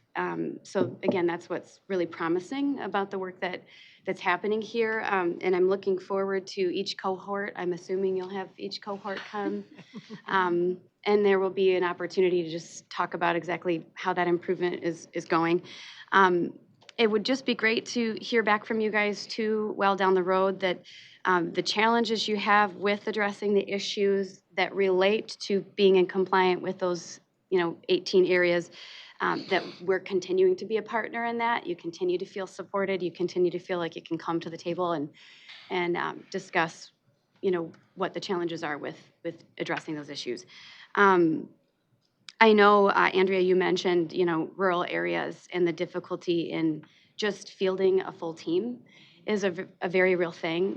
I'm a Youper myself, and so, I've experienced lots of stories from family members that say, there's a big brand new hospital in town, but the lights are all off because there aren't practitioners coming, especially in mental health. So, I think that the work to tackle those challenges even goes above and beyond what we can work together with through, education. So I do have a couple of questions that relate to, we have the new dyslexia legislation, and there is the early literacy coaching model. We've talked about the co-teacher model this morning, and both of those models really are intended to, address special education, whether it's, the SLD that relates to dyslexia or the other, categorical special education students. I guess I'd just like to ask, make sure that schools don't have to choose between one model. Will there be resources in place for both? Is there overlap? Do they not relate in your mind in terms of what you've come to the table to discuss this morning? Can you elaborate a little bit on that? District want to take a stab, or would you like us to start? Okay. Always overlap. Okay. Dyslexia is not a disability label. A student who struggles with dyslexia may have a label of learning disabled or no label at all, right? But best practices in reading are what we want to have all students receive. So those will be helpful there, and it will help to identify. You asked, is it related to co-teaching? To the degree we can help the school districts see that it is related and how they might implement. So part of it's the understanding, part of it's the implementation. They're certainly connected. Understood. Others want to add from your local? Like 74% of students in our state who have an IEP spend 80% or more of their time with a general education teacher. So whether or not the educators are all versed in special ed, all those initiatives you outlined are really addressing what I referred to earlier. All of us, children and adults, have jagged profiles for things where we have strengths and weaknesses. So really understanding how do we in special education support the efforts of general education to the benefit of kids who are not with us most of the time. And I think your point is that those things do come together. They overlap for sure. And it's our charge to try to figure out how do we individualize instruction so it's appropriate to the needs of each of our kids. Very good. Thank you. Thank you, Ms. Snyder. Dr. Pugh, Mr. McMillan. Thank you all for the presentation, and I want to start by thanking Board Member Lipton, Dr. Rice. We've been talking about this layered, this approach to hearing more about what's going on in special education, and look forward, as Board Member Snyder mentioned, to hearing more. But really thank you all for bringing out this layered and wraparound approach to not only assessing the needs, but addressing the needs. And we look forward to the continued partnership in doing that. My question is something that you brought out about civil rights. And as we're talking about diversity, equity, and inclusion, and I can't see a more illustrative opportunity to show what diversity, equity, and inclusion is. I mean, you talked about civil rights, and when I think about diversity and involving and recognizing, involving or valuing those with our special education children. When I think about equity, focusing on providing those supports, and when we talk about inclusion, making sure that we're creating those environments that are conducive to supporting those supports. What are your thoughts when you all are hearing these mandates and unfounded mandates calling on us to cut those supports? And how are you handling them? And I don't mean to put you on the spot. We'll discuss this later too.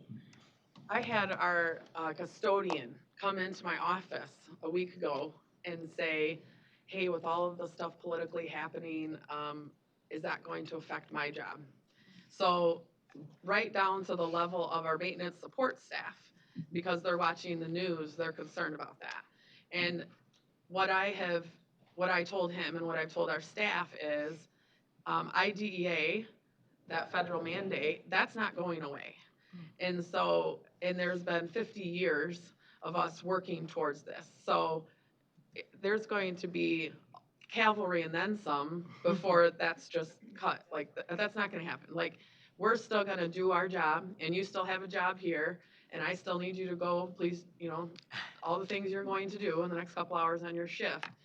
But to get to how are we addressing that, I think that through this process, we're just doubling down to focus on the work. We realize now more than ever we have to be united, because it's important that we acknowledge we all have the same why.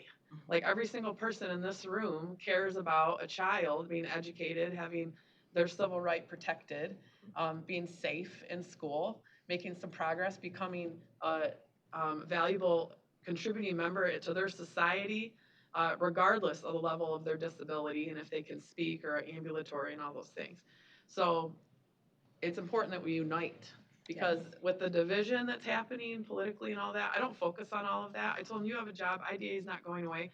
And if there's cuts, you'll be the first to know. Transparency is how we navigate that. Transparency, acknowledge the fear, but then talk about here's what we should focus on, because that's what we can control. So there's one quote that really has helped me with coaching staff, and especially I talk about my green team. I don't call them the green team, but on the drive home when my blood pressure's up, that's when it crosses my mind. But they're great, they're awesome. But when you know your why, your what has more meaning, because you're walking in and towards your purpose. So if we just keep going back to that, it's gonna work out, it's gonna be okay. And I truly appreciate that, because whether we're talking about the elimination of the U.S. Department of Education, or we're talking about this pressure to rid ourselves of diversity, equity, and inclusion, many people don't understand that it is universal, that whether geographically, or we're talking about our special education children, or pulling out our history, everyone in every corner of the state and country will be impacted. But thank you for holding it down and being the cavalry. I would like to add just that I believe in education, and I don't, no matter what's happening at the federal level, I trust educators to do what's best for kids. Education's not going anywhere. We have children every day. The system, it may look different, it may change. I have no idea, but I have been passionately working with this group of people for 28 years now, and I trust education to continue, and I just keep trying to be positive with our staff and just remind that we're all working together toward the same goal, and that is to see potential for students, all students. And I believe that most educators, actually all educators, believe that, or they wouldn't be an educator. So I just keep trying to encourage people that this is the time to pull together. This is the time where we link arms and we smile and we welcome kids every day, and we just all do our best. And I fully believe that will continue to happen no matter what's going on in Washington, D.C. Thank you very much. Mr. McMillan, and then we're going to pivot. Well, thank you for the presentation. I can tell you all are, very passionate and doing as best you can in the areas here. One thing that was said regarding ISDs and RISAs, that they had to play a middle ground, compliance and support. And I just don't think you can do both well. I just, and I talked to somebody who's a friend and deeply into the system, and this person said, it's an area that needs to be dealt with, but nobody wants to venture into it. It's just going to be too difficult to figure out who should be in compliance. I mean, it seems like, also the local districts put the people on the ISD boards. So it's almost like, the fox guarding the hen house to some degree. Now, I know that everybody has good intentions, or we can kind of assume that charitably, but nonetheless, when you're talking about words like appropriate, and reasonable, and these are very subjective. And, I think that, and I've dealt with this when I was in the legislature as well, held a hearing had all the ton of parents come for hours. I let them speak about the problems with the system as far as appeals. And I guess, I think that it's worth maybe this board or a committee of this board really weighing in on this and trying to figure out, what is the position. I don't know what other states do. I'm sure we got 49 other states. I'm sure there's other ways that they handle special education and special populations and parents and appeals. And, the presentation was nice, but when I searched there was only one place where it said anything about parents. I do think that there needs to be the partnership with the parents as well. I understand there's going to be some parents that are unreasonable. I understand that resources are not infinite, but, the system that we have just doesn't seem fair. I've talked about it even at the last board meeting or not fair, it doesn't seem like it can work, quite frankly. It just seems like there's, you can't have an entity that is both supposed to be in compliance and support. I just don't see how that works. So I've even suggested that the board should play more of a role in the compliance area. I think I threw it out there for discussion. I think it's a longer discussion we have to have. But I guess my question would just be, and I know I'm not asking you to say, yeah, the system stinks, but is there room, is this, this tension, is it working? Do you think that there's a better way to do this as far as compliance versus support of ISDs? I'll start, if I might. First, I would say every leader has to deal with compliance and support in any job you're in, because all employees have things they must do, whether they like to do them or not, and things they might struggle to do. So this is no different. It's a little bit bigger scale because it's not a person, but it's certainly ISDs. It's not an individual district. When I was a superintendent, I dealt with that at a district level, things we must do, things we need support in doing. So in leadership, you have to deal with that. It's sort of the dynamic. So it can work. And so I'm going to share that perspective, and then I'm going to offer it to other team members as well. I think one of the things that has been challenging for us, I had a chance to speak at the Council for Exceptional Children for Michigan's chapter this spring. They were celebrating their 85th anniversary. IDEA is celebrating their 50th this year. So Michigan was actually providing special education services to our students as far back as 1940. And so we had systems in place that included intermediate school districts for a very long time, and they were defined to be they have a role of providing support and services to their districts, but they didn't have authority. A lot of responsibility, and they had a prominent role in special ed because every intermediate school district is required to have one full-time director of special education. What shifted in Michigan about 9 years ago is that we did not understand in our accountability system that because ISDs receive a sub-grant from the state, they have and share many of the responsibilities the state has for ensuring all those protections and provisions of IDEA. So that means we now have to change our relationship. And if you think about any important relationship you have, whether it's a spouse or a neighbor or a best friend or your children, there are agreed upon boundaries for how that relationship needs to exist so that everybody's happy and their needs are met. But there also has to be a willingness to say, I'm not really comfortable with what's happening and we need to talk about that. So whether it's your kid violating a curfew or your husband being a little too friendly with your best friend's wife, or those are things that need to be talked about. And you need to do it in the spirit of addressing the challenge, but valuing the relationship so you can move forward together. And I think that's really what's happening in our process of spending time with ISDs now, is that we have to have a different relationship. And that relationship isn't just about bludgeoning people for compliance or not. It's about really understanding each other, the challenges that we have, and respecting what the boundaries are. There is an obligation the state has to hold ISDs responsible for meeting their responsibilities. That's part of our role. They have a responsibility of holding their local districts responsible. But there has to be a partnership in there to say, we're in this together. We want the best outcome for everybody. But sometimes we have to have hard conversations and then we have to figure out how to address them. And that really is the change that we're trying to make in the approach that we're taking now, is to be better partners together where we can have conversations that don't ruin our relationship and still get us to the right place for children. I'd like to add, I've been in both a local school district as an administrator and now at the ISD level. And I think it's really hard internally to sometimes enact change that you know may need to happen when you work for that entity. And I found that difficult when I was a principal. You know, you could see that there were problems. You knew that there were curricular issues or student issues that you needed to fix, but it's really hard when those are the people that you work for and they give you your paycheck.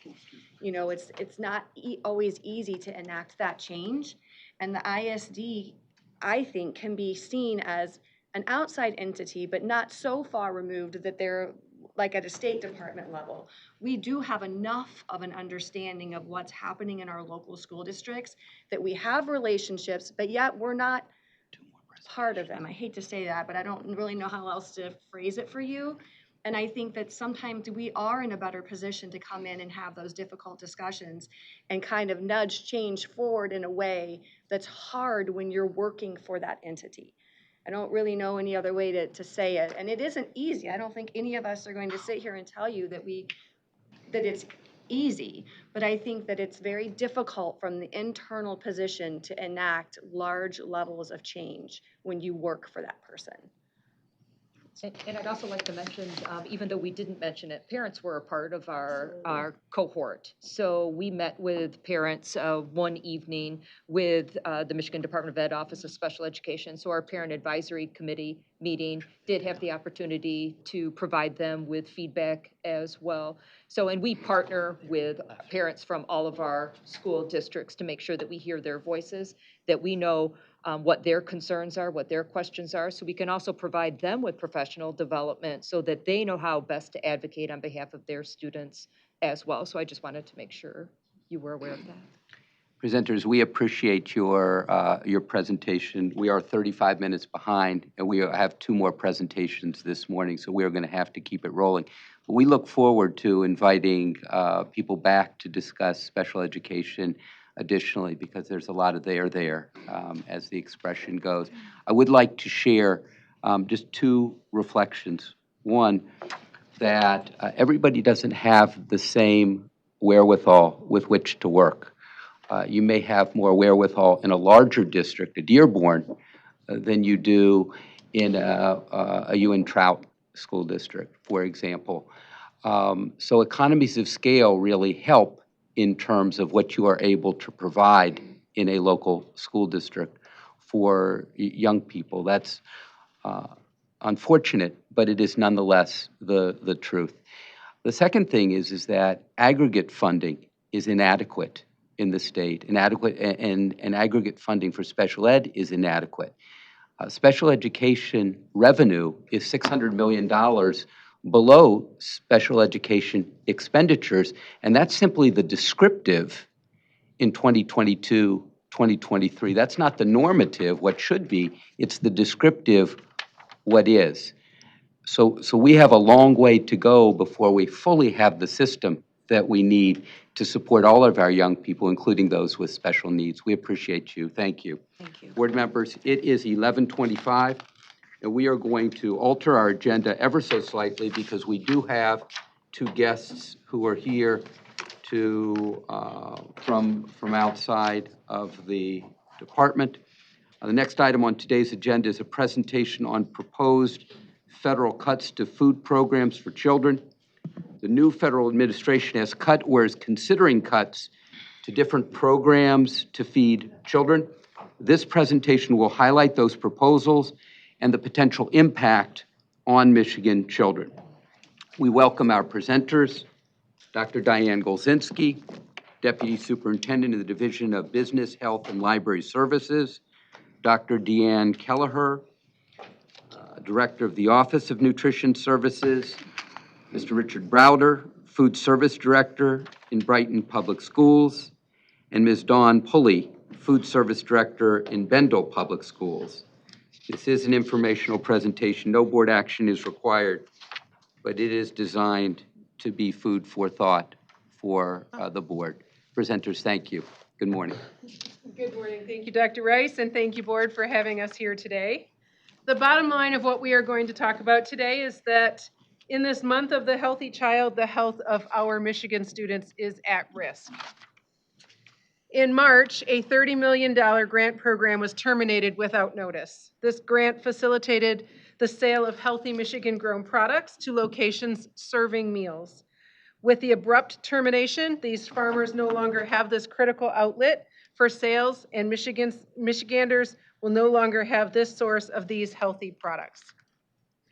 In addition, 118 truckloads of food were canceled for the Emergency Food Assistance Program, which is called TFAP. TFAP is a federal program that MDE administers. TFAP is specific for families who are in critical need of food. 118 semi-truckloads of food is a lot of food. It represents approximately 25% of the food brought into the state of Michigan through this particular program. Deanne? Thank you. The current proposal by the federal government is to change the number of schools that will be eligible to participate in the community eligibility provision, what is known as CEP. Schools that are eligible to participate in CEP can provide all students a free meal without having to complete an education and nutrition benefits application. Michigan has been participating in CEP for over 10 years since it was first a pilot project. Participating in CEP is good for Michigan children. It increases their access to healthy meals so they can focus on education and not being hungry. The current federal administration proposes to change the cut point percentage from 25% to 60% and to not allow the grouping of buildings in a district so that the entire district can qualify for CEP. The grouping can make it easier for families with children in multiple buildings, not having to remember which child has a free meal and which child I might need to put money in their account for. This change in CEP can be devastating to Michigan children by potentially eliminating access to free healthy meals. School meals follow strict nutrition guidelines that make them one of the healthiest offerings that a child will have in their day. And it also includes Michigan-grown and produced products. Currently, 1.05 million Michigan students fall within this 25% to 60% range of CEP. Some of the children do participate in programs that will make them automatically eligible for free meals, but nearly 600,000 children that currently have access to free meals would lose that access if the changes in CEP were to happen and there was not additional funding to make meals available for free. Next slide, please. In addition to the changes in CEP, the proposal recommends to change how schools are required to process the education and nutrition benefits applications. Currently in federal regulation, local schools have 10 days after they receive a completed application to determine if the student or family is eligible for free, reduced, or paid meals. In current federal regulations, the local school needs to get documentation of income verification for a small sampling, 3% of those applications received. The proposal would be for 100% documentation or income verification. That's a 3,333% increase. Imagine how a district would be able to take on this monumental task in that very short federally regulated time frame of 10 days, and with all of the data security challenges with protected personal information. There's also a concern that families may not apply if they have to share this information every year. If there are less applications being processed, this could negatively affect 31A at-risk and federal Title I funding, with an estimated significant drop in students that are considered economically disadvantaged. There are some additional proposals that could negatively affect the health and well-being of Michigan students. One of these is the elimination of summer feeding programs outside of students that are attending an on-site summer school program. In Michigan, our summer feeding program reached 3.9 million Michigan households in the summer of 2024. There were nearly 1,500 locations throughout our state that help serve 7 million meals to children. Hunger doesn't stop at the end of the school year. This proposal could continue to contribute to the rise in food insecurity for households with children. There are proposed reductions to those that would be eligible for SNAP and Medicaid, as these programs contribute to the number of children that are considered economically disadvantaged. This could lead to requiring a larger investment from the state for Michigan school meals, as well as a drop in 31A at-risk funds for district, and federally, a drop in Title I funds. There's also discussion of moving all child nutrition programs from the USDA, where they're currently housed, to the Department of Health and Human Services. I'm now going to let you hear from two of our dedicated school nutrition professionals. Good morning. My name is Richard Browder, and I have had the honor of working in the field of student nutrition for over 24 years. Currently serving as a director of student nutrition for Brighton area schools. Throughout my career, I've seen firsthand how access to nutritious meals can shape a student's day, their ability to learn, and their overall health. Since the implementation of Michigan School Meals Program, we've seen a remarkable increase in meals served. In Brighton alone, breakfast participation has more than doubled, and lunch counts have increased significantly. Number on a report, that's thousands of more students each week starting their day nourished and ready to learn. Let me tell you what it looks like in real life. I've watched students who used to come in late now arrive early for breakfast every single morning. I've seen high schoolers who used to skip lunch because they didn't want to be singled out for free meals, now eating with their peers with pride because every student gets the same meal, no stigma attached. The proposed increase in CEP threshold to 60% and the potential loss of CEP altogether pose a serious threat to the continuation of the Michigan School Meals Program. If CEP is no longer a viable option, districts like ours, who don't meet the new threshold, but still serve a significant amount of students in need, could lose access to funding that makes those meals possible. And without the Michigan School Meals Program as a safety net, many students in Brighton would go back to falling through the cracks. If the program were to go away, we would likely see a sharp decline in participation, especially from students whose families are just above the income limit, but still struggle to make ends meet. These are students who benefit most from the universal meals. They're the ones who may not qualify for free meals, but also can't reliably bring lunch from home. Another concern is the possibility of requiring 100% verification of meal applications. Currently, verification is a targeted process. If it becomes universal, the administrative burden would increase dramatically. In our district, this would require hiring a full-time staff member solely to handle application processing and verifications. That's money diverted from food and service to paperwork. Beyond staffing concerns, families would be overwhelmed, confused, or even discouraged from applying at all. That means more kids showing up hungry, not because there isn't food available, but because paperwork got in the way. In conclusion, the Michigan School Meals Program is working. It's feeding kids, removing barriers, and creating better learning environments. But if CEP becomes out of reach, or if burdensome verification processes are put in place, we risk the progress we've made. Thank you for your time and the opportunity to speak with you today. Hi, I'm Dawn Pulley. I'm from Bendel Public Schools.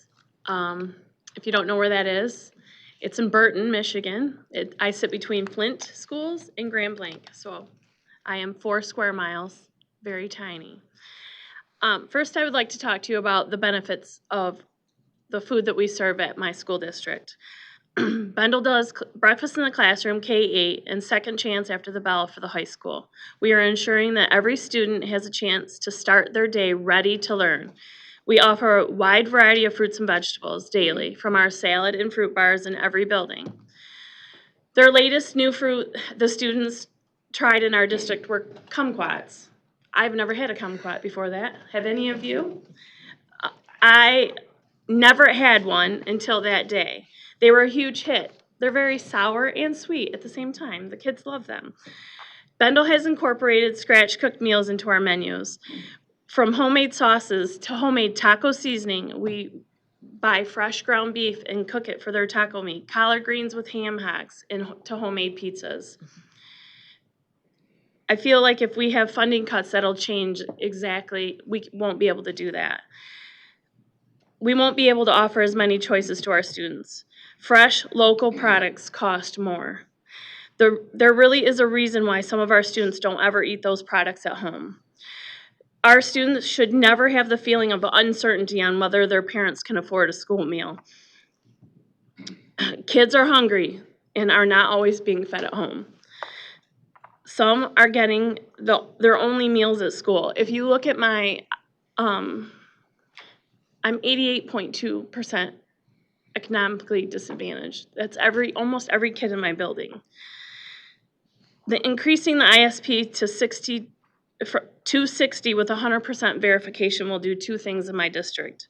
Parents for sure will not follow the correct steps to be approved, which will punish the student. Hungry children do not learn.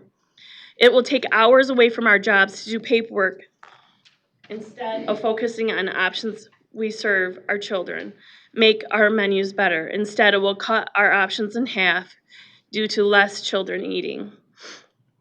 I talked to one of my employees who is also a parent of 2 students in our district, and she said, if school meals go away, I will have to choose between paying bills and buying school lunches.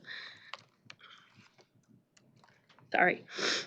Funding cuts will lead to less kids eating, less staff, less products being bought, less commerce for Michigan and for our farmers. Lastly, I would like to talk about summer feeding. I'm a tiny district, 4 square miles, but I have 8 sites. We're a walking district. We have 2 main roads, and our communities set within those. So you probably would not want your children walking across those streets. I said, I know it doesn't seem like a lot, but in the big picture, I am tiny. I have 8 sites, 4 in school buildings, 4 mobile sites. I have children who wake themselves up before 8 a.m. just to come to get breakfast in the summer. No parent as young as 6 walk by themselves to come eat. They depend on these meals, they follow the rules and stay and eat, and then come back for lunch. Would they do that if they weren't hungry? I don't even want to think about telling our students that they have to pay or that they can't eat because they owe money if free meals go away. It makes the favorite lunch lady the bad guy. Lunch debt goes to the district, which then takes away from a teacher's salary or technology. Thank you. Dr. Rice. Thank you, presenters. We appreciate your sharing very much. Board members, questions or comments? Ms. Lipton? Thank you. I think sometimes when we look at numbers, we forget the human face on all of these numbers and programs. Can you drill down a bit more into the academic advantages of providing meals, and particularly in the summer? Because I just know in many of the school districts that I operate in through a college scholarship, the Promise Zone Association, the schools have been able to sort of integrate some really creative summer melt programming by incentivizing when you come to pick up your meal. While you're eating, we're going to be filling out FAFSA, we're going to be talking about college. So there's a lot of integration that's going on, at least in some of the districts that I'm part of. Can you speak about how we can use meals not just to nourish the body, but to as an on-ramp to some other discussions we want to have? So in my district, Bendel used COVID funds to make our own after-school program. So instead of having like a 21st Century or a Youth Quest, we made our own. So we have those programs in the summer for 6 weeks. We also have driver's training, Apex, summer school, all of these things that the kids can do, athletic events, band camp. And then for my kids who come who aren't maybe in that, because we do have some who do, we do like a craft station, anything to get them in. I have a summer food service site at a park. It's at we call it Fireman's Park. It's at a fire station that has a park connected to it. And that's one of my biggest mobile sites. So we try to latch on for summer feeding anything that the district is doing. I'm sending out emails before, hey, what do you have going on? Are you doing a summer reading program? Are you doing the summer after school program? When is driver's training? Do you have Apex? Anything to get the kids to stay there, because they're already coming for some reason or another, to get them to eat at school. Sounds like a really efficient way of integrating community assets into what you're doing. So, and actually not outlaying of money, but you actually may be sort of saving money and creating efficiencies in your community as well. You just got to be your own spokesperson. You're like, hey, we have summer meals. You can get them if you stay here. So yeah, we do. Thank you, Ms. Lipton. Other board members, Ms. Snyder? So in some of my exploration, just from, the systems that we have and what the state of Michigan offers, I know My Bridges, when you do income verification, I think that they give you access to like healthcare and food cards. What I've heard you guys say is that income verification is something that would be a hurdle that you've probably experienced in the past, or that if this change is official, that it's going to be an issue again. Is there any way to partner with My Bridges and that really be a service that you don't have to do additional paperwork for? Where if somebody is going to that site and they're logging on to My Bridges and they say, yes, I need help with healthcare, I need help with food stamps, I have 3 children or 2 children or 1 child, and they go to this school district, and then that information is just sent to the school district as opposed to there being that additional hurdle. Just providing suggestions on solutions. I don't know if this has been talked about before, or if it's already happening. Great ideas. Definitely things that we have discussed. We actually had a technology grant to explore that exact option. We ran into a number of technology challenges from being able to get the personally identified information from My Bridges to the local school district, because all of the verification happens at the local school district level. And that transfer of that data was why we were not able to make it happen, because it's the security needed to be able to transfer those data that was too big of a hurdle to get through. Not that we've stopped trying, but that for the last 2 years or so that we've been working on it, that's right now where we're struggling, is how do we transfer data so that it is secure? Yeah, I wouldn't stop, because I mean, people that are going through exactly what you're talking about, they need us to clear that hurdle. Right. Then, in addition, I would just add that a number of, that would only take care of a portion of the families that apply for benefits through DHHS, through MDHHS. There would still be the paper application that happens completely at the local level that these food service directors have to deal with on a 10-day basis. Okay, and then that could potentially be shared, there could be a back and forth between MDHHS, I'm assuming, right? Because if somebody's just filling out the paper at the school level because they're in need and they're approved there, they probably have access to other resources that would be helpful that they need to know about. So We have there's, to be careful about privacy and sharing of information across programs, yeah. Understood. But yes, that's exactly part of our vision, our grand vision is to try to eliminate some of those barriers for families. Okay. Thank you, Ms. Snyder. Mr. McMillan? I guess, I'm wondering how many alternative funding sources have been looked at. I know that Governor Whitmer, a couple months ago, proposed $83 billion budget, and if this is that important, it would, 30 million would be 0.036% of that total budget. Over 200 million is just in corporate welfare that's going to be spent. I would imagine that instead of giving it to big corporations, that money could easily be found.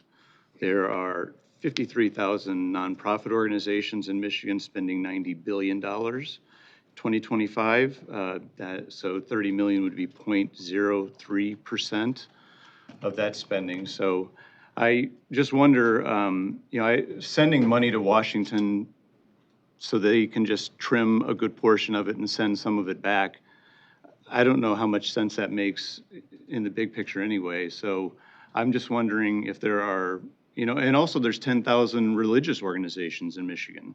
That's $3,000 for each organization on average. Some could certainly give a lot more than that. So again, if this is as important as it's being made out to be, finding this money, that it's not there right now. I mean, I think there's many other sources that could easily help with this matter. So I would just say that, I think that we should look, we can look elsewhere if it's that critical.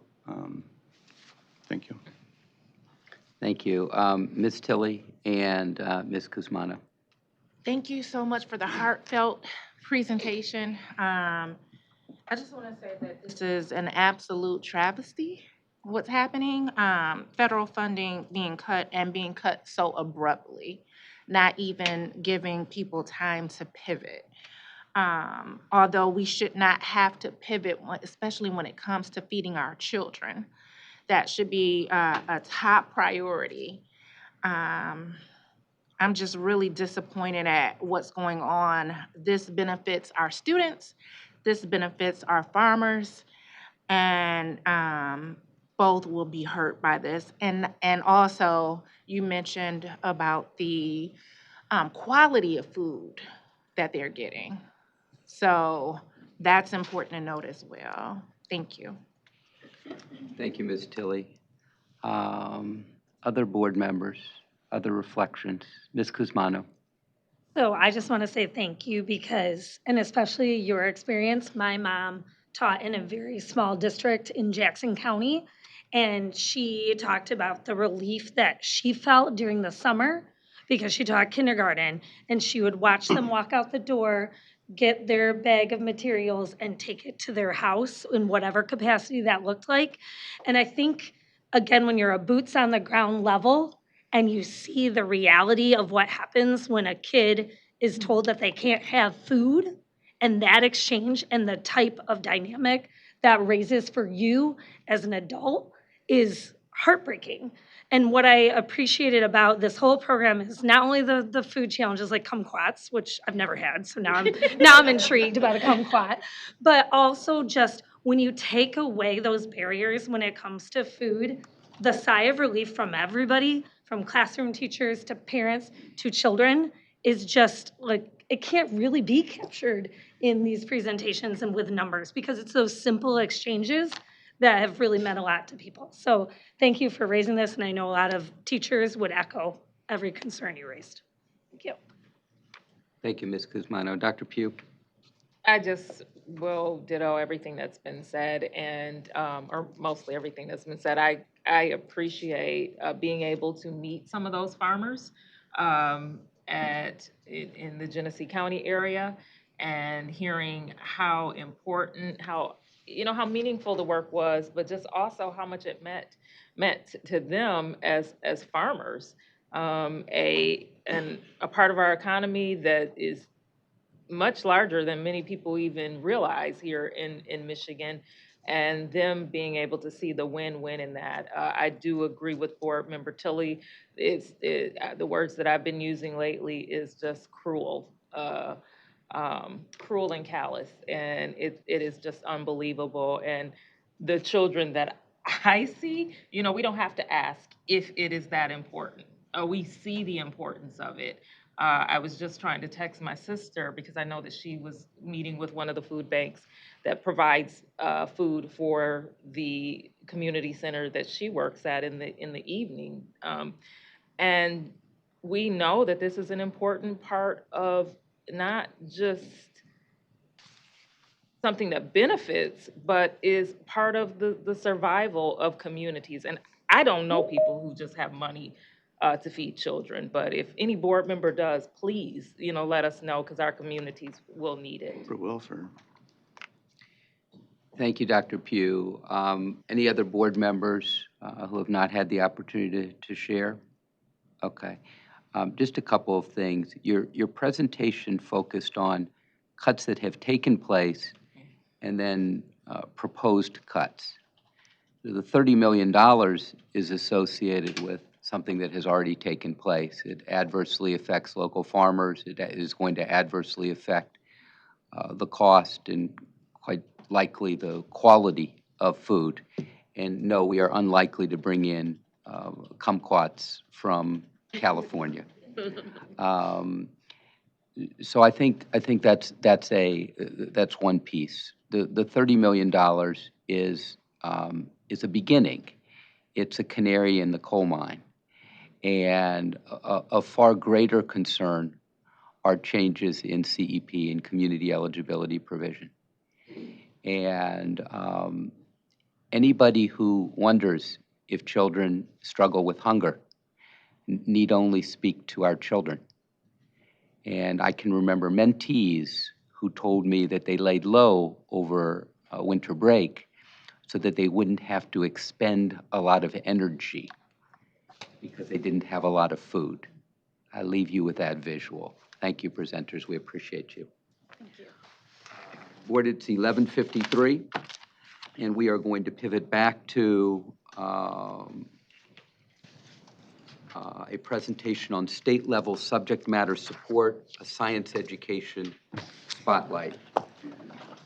This presentation will provide an overview of Michigan's K-12 science standards, the importance of providing the opportunity and time to learn science in grades K-12, and the role of the department's science consultant. We welcome our presenters, Dr. Delsa D. Chapman, Deputy Superintendent, Division of Assessment, School Improvement and Systems Support, Dr. Corinne Edwards, Director of the Office of Educational Supports, and Ms. Leanne Weber, Science Education Consultant in the Office of Educational Supports. This is an informational presentation.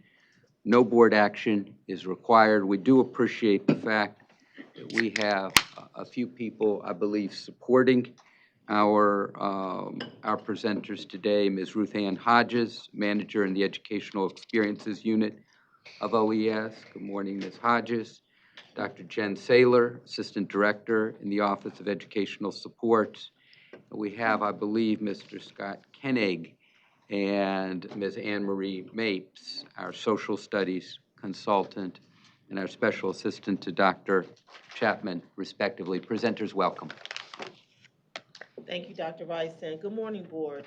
Thanks for the opportunity to share on the topic of state-level subject matter support with an emphasis today on science education. Michigan's top 10 strategic education plan definitely is being aligned to today's presentation. In particular, Goal 2, which focuses on improving early literacy achievement, Goal 4 on expanding secondary learning opportunities for all students, and Goal 5 on increasing the percentage of all students who graduate from high school. And now we will have Dr. Edwards, the Director of the Office of Educational Supports, to provide an overview of our time with you today, along with some important elements of the support that we will highlight. Dr. Edwards. Thank you, Dr. Chapman, and I believe it's still good morning. Today we are excited to share and highlight MDE work efforts in the content area of science. Our presentation will include an overview of Michigan's K-12 science standards. We'll review best practice methods of how schools can create or increase opportunities and time for students to engage with and learn science content, particularly in the lower grades, and share updates on MDE's efforts to advocate for and support science education and its importance in our state. Within the Office of Educational Supports, or OES, our content-specific consultants do provide expert supports to Michigan educators in the understanding and implementation of content standards, identifying and aligning partnerships and collaborations for appropriate professional learning. They provide 21st century resources for optimal teaching and learning experiences, as well as ensuring that applicable MMC and other statutory requirements are met. Currently, OES has content-specific consultants in the academic areas of literacy, mathematics, social studies, and science. And I will now turn it over to Leanne Weber, our MDE science consultant, to take us further into the presentation. Thanks, Dr. Edwards. Good morning. It's nice to be here today and get to spend some time with you. Let us begin with a brief history of the Michigan Science Standards. You'll see on the slide a table showing previous and current standards. The previous science standards focused mostly on students learning about science. These standards prioritized how much a student knew about science, and we considered them one-dimensional because of that. The current Michigan K-12 science standards still value what students know, but also emphasizes how students engage in ways that scientists and engineers think and do work. This has shifted the focus from mostly knowing to a focus on students figuring out and doing science. These three dimensions are braided into our standard, making each standard, I'm going to quote, 3D in nature. The science standards are the only set of standards that are 3D and intentionally build both vertically across grades and horizontally across our content areas. In addition, the previous standards were organized into courses such as biology and chemistry. The current standards are organized into 4 scientific disciplines: earth and space sciences, life sciences, physical sciences, and engineering. These disciplines support the interdisciplinary nature of science, as well as the flexibility outlined in the Michigan Merit Curriculum graduation requirements. The Michigan Science Standards are built from the same research framework as the national science standards, which has allowed me to leverage national resources to advocate for science education in Michigan.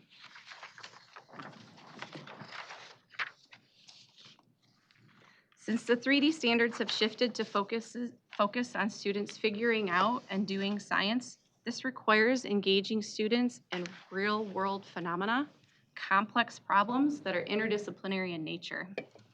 During high-quality science instruction, students are not given answers, but engage in questioning, investigations, analyzing data, recognizing patterns, looking at structure-function relationships, all in order to make sense of a phenomenon or a problem. In the example here, the shift is from learning about the properties of water, H2O, to figuring out a phenomenon centering student sense-making about water in a deep and meaningful way.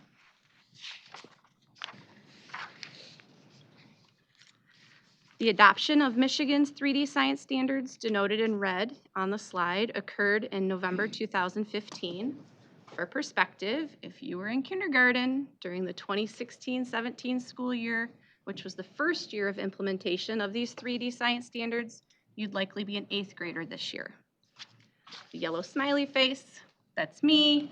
That's when I came on board as your science education consultant to support and advocate science education through the implementation of our standards. The timeline on this slide highlights the many systems that have been shifting since the adoption of the science standards in order to provide the resources needed in 3 areas. You'll kind of see these by color: teaching, learning, and assessment of those 3D standards. The first area is teaching, which I've denoted in orange.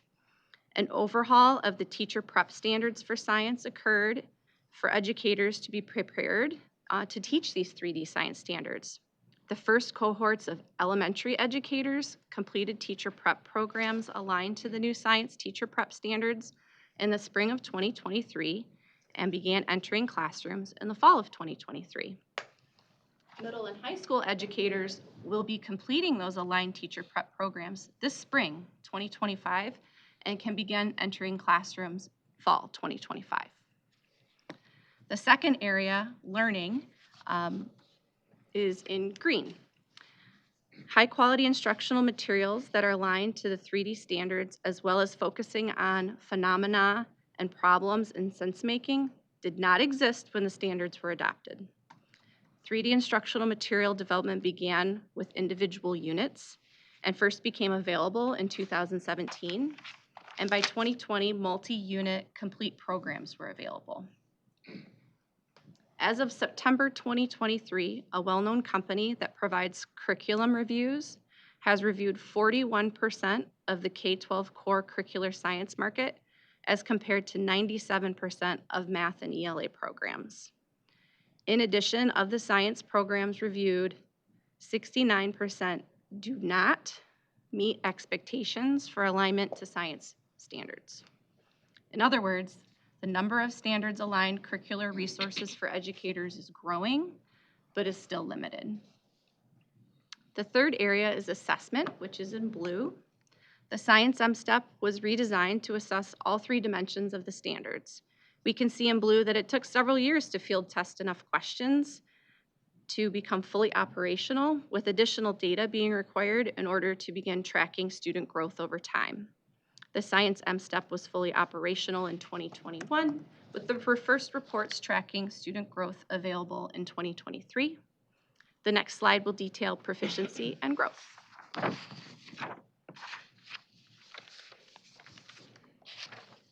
In 2024, science proficiency rates improved in grades 5 and 8 and decreased in grade 11. This is the second year in a row we have seen an increase in grades 5 and 8. Zooming out though, these proficiency rates are not where we want them to be for our children.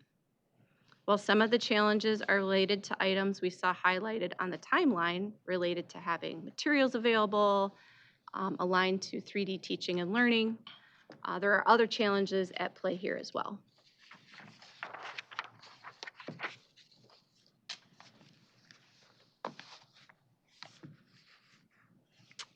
So the first challenge that we're going to look at, opportunity and time to learn. This shows some survey data. This survey data is from before the pandemic. The 2018 National Survey of Science and Mathematics Education found that students in grades K-3 were taught science for an average of 18 minutes a day, compared with 89 minutes for English language arts and 57 minutes for math. In a 2014 study, 55 kindergarten classrooms in a Midwestern state were observed for evidence of vocabulary instruction, and on average, 2.3 minutes were spent in science as compared to 28.1 minutes in reading instruction. During the pandemic, science instruction was often set aside. Elementary schedules continue to prioritize more and more time on ELA and mathematics, and in many locals, time for science was not built back into the schedule post-pandemic. This has resulted in an unbalanced approach to learning that marginalizes time for science and if I may, social studies as well. As a result, the 2022 National Academies of Science, Engineering, and Medicine publication titled Science and Engineering in Preschool Through Elementary Grades, The Brilliance of Children and the Strengths of Educators, I just love that title, put forth a set of recommendations that prioritize science in the elementary. Those recommendations include that state policymakers ensure that science and engineering are consistently taught, and that district and school leaders examine the amount of time and resources allocated to science instruction to support science learning and opportunities. Students are not being given the time and opportunity to learn science at the elementary level, which is likely a contributing factor to the number of students scoring proficient or above proficient on the 5th grade science M-STEP.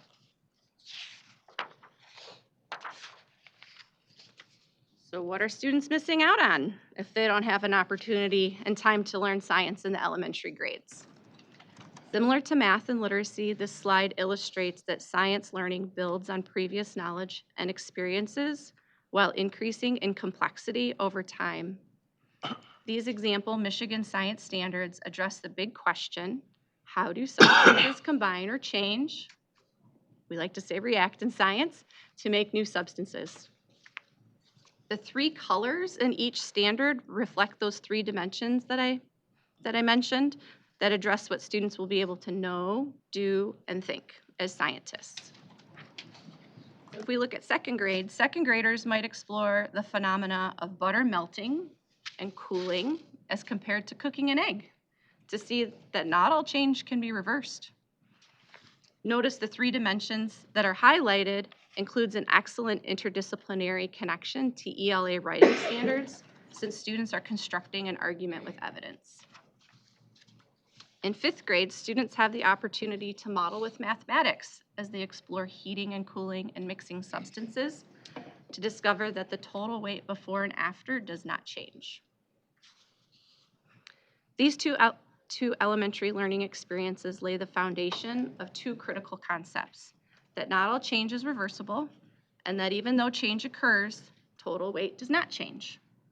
This is important since in middle school, students will apply that knowledge at a new level of complexity by examining these concepts at the molecular level. High school students will deepen the complexity further. They will be shown a chemical reaction, and then they will need to utilize their prior knowledge, plus their understanding of the periodic table, to construct an explanation for that reaction.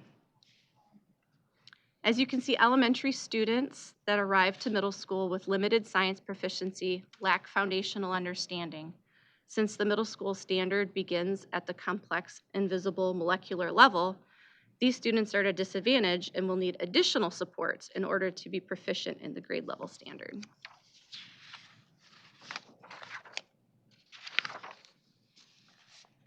How am I addressing the challenge of opportunity and time to learn science in the elementary? I have been working with partners to provide leaders with opportunities to learn about 3D science teaching and learning, how it is highly engaging for their students, and supporting them in exploring possible schedules that make time for science. An example of this is the Advancing Elementary Science, a Call to Action event that was held last May. The event was sponsored by a variety of departments at Michigan State University because of their vested interest in K-12 science education and preparing their students for high demand and high wage STEM careers. The target audience of the event was leaders, educators, and instructional coaches, as they typically set the local priorities, schedules, and provide supports to teachers. The event highlighted how science, which is highly engaging, can also support literacy efforts.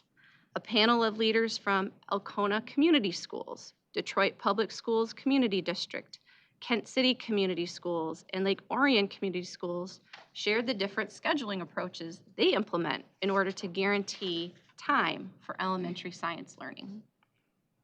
The first row of logos are the partners that participated in the core planning team for the event. I served on this team with representatives from the MySTEM Network, the Create for STEM Institute at Michigan State University, the Michigan Elementary and Middle School Principals Association, and the Michigan Science Education Leadership Association. We also had a steering committee. That's the second row of logos. They included representatives from the Michigan Association of Administrators of Special Education, Michigan State University, the Michigan Association of Intermediate School Administrators, the Michigan Science Teachers Association, Niagara Education Department, and the Michigan Association of Superintendents and Administrators. It clearly takes a village. The event drew 220 participants and has led to ongoing collaborations and sessions this school year that have been provided through the Michigan Elementary and Middle School Principals Association and the Michigan Science Education Leadership Association.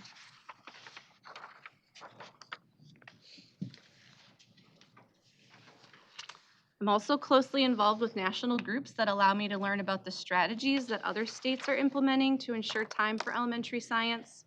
One of these groups, the Council of Chief State School Officers Science Collaborative, has provided guidance to state leaders that examines the research supporting integration and science with science and literacy, large-scale research on students' academic achievement in integrated literacy science programs consistently finds that such programs support both science and literacy learning. One such study compared student achievement in science writing, reading, and vocabulary between classrooms using an integrated science literacy unit versus a separate science and literacy unit. As shown in the graph, both groups made gains on science reading skills, but the classrooms using the integrated unit in blue had significantly higher gains in science writing and science vocabulary, supporting both science achievement and literacy achievement. Based on the evidence for the student outcomes that result from teaching literacy and science in an integrated manner, the Council of Chief State School Officers put forth several recommendations in 2021, including two that I will highlight today.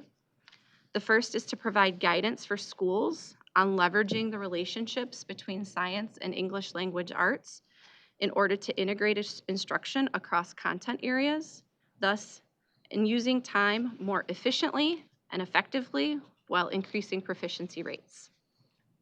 It should be noted that methods for linking science and literacy need to be carefully considered. Teaching multiple disciplines in an integrated way works best when instruction uses the processes, standards, and appropriate pedagogy for each discipline. This means that it's not effective to teach science solely as a reading lesson within literacy instruction, just as merely reading to gain knowledge in science class is not sufficient to teach literacy skills. The literacy science experience should be reflective of both sets of standards and should connect to students' personal experiences. This kind of authentic integration can be challenging because most instructional materials are discipline-specific, and those that have interdisciplinary content usually favor the pedagogy from one dominant discipline. Dr. Rice has recently tasked me and the social studies education consultant with developing guidance that supports elementary science and social studies. The second recommendation is to provide training opportunities for teachers to develop skills that support standards-based literacy and science integration in the elementary school. Many partnerships and collaborations are occurring to support the second recommendation.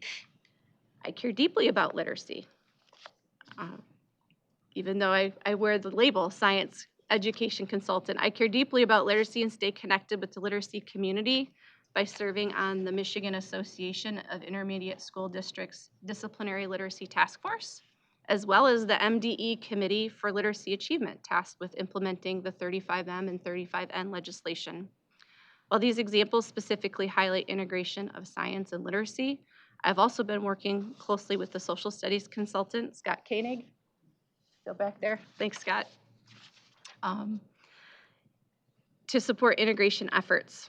In working towards the second recommendation, Scott and I have co-facilitated training for teachers and leaders at the Michigan Science Teacher Association Conference, the Michigan Council for the Social Studies Conference, and in region-specific sessions.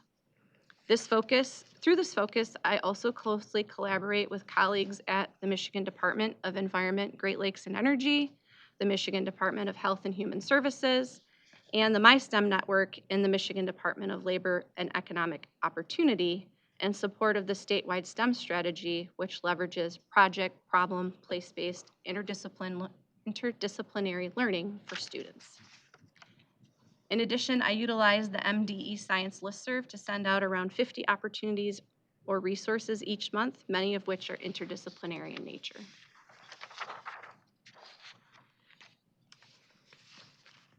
I've discussed some of the challenges specific to elementary science and how those challenges affect students entering middle school, as well as how I've been working with partners and networks to address that challenge. Opportunity and time to learn science is also a challenge at the high school level.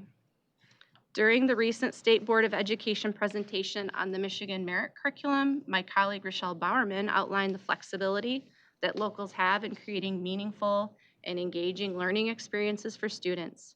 Credit in science is not tied to a course title, but instead based on proficiency in the high school science standards. However, many locals are still very course-oriented and often award science credit for a learning experience that is not directly tied to the Michigan science standards. For example, a local district might offer a science pathway that includes courses titled biology, physical science, anatomy, and issue 3 science credits to proficient students. While a course titled anatomy centers around science topics, in this scenario, the students have not had the opportunity to learn any of the earth and space science standards and possibly the engineering standards, which means the student is missing out on 1/3 of the high school science standards.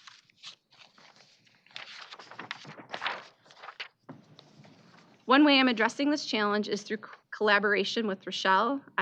We have crafted a series of presentations that provide technical assistance specific to science in the Michigan Merit Curriculum.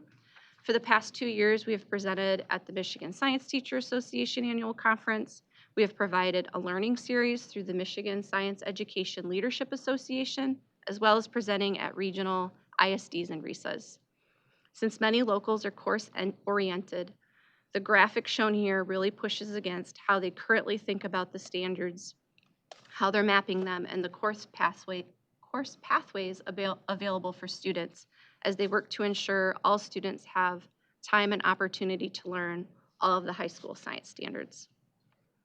In addition, some participants have embraced the flexibility of the Michigan Merit Curriculum and are in the process of developing engaging project problem place-based secondary learning experiences while also providing students the opportunity to learn the science standards.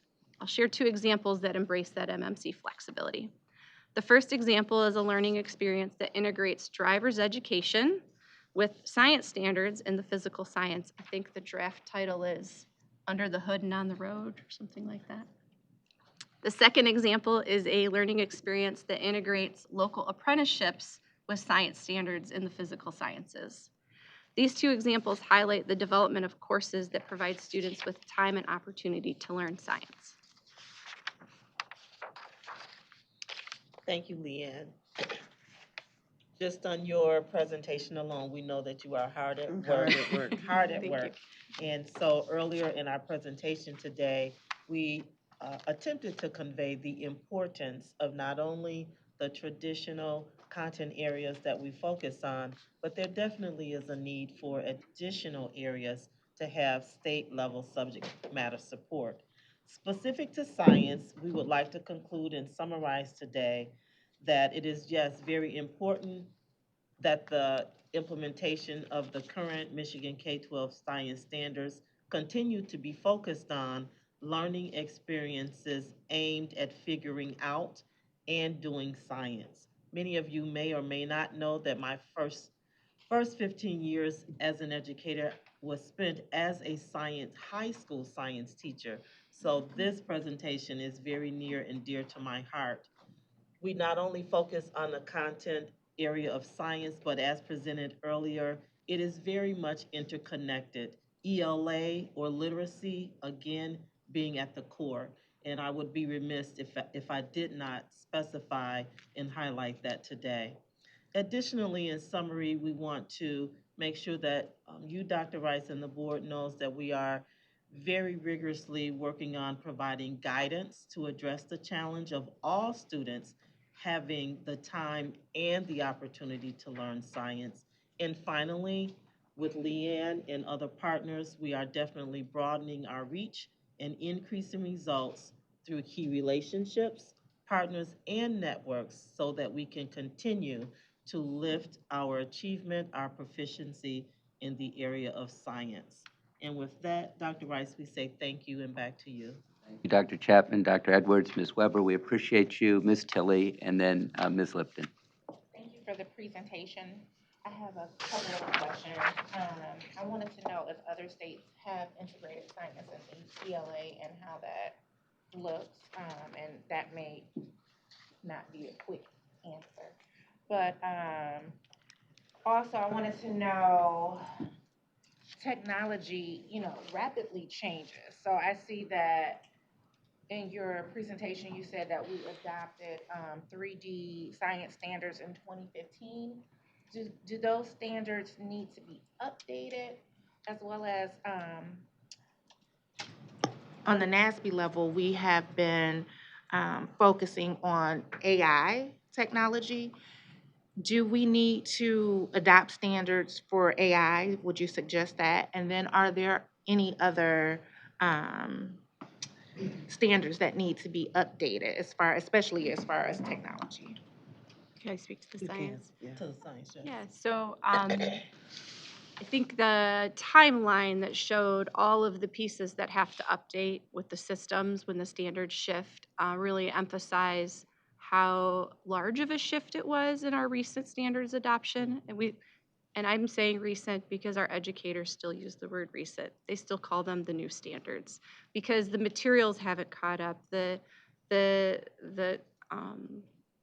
training, right? So we have our seasoned educators in the classroom who aren't coming out of teacher prep programs that have made these shifts. And so I'm feeling like we're just getting to a great place to really lift and support educators in ways to move these standards forward. I think the great part of the three-dimensional standards that we have is that they're very skill-based. We want our students to be thinkers. And if that means using tools new tools like AI, I think our standards are dynamic enough to come alongside and do that.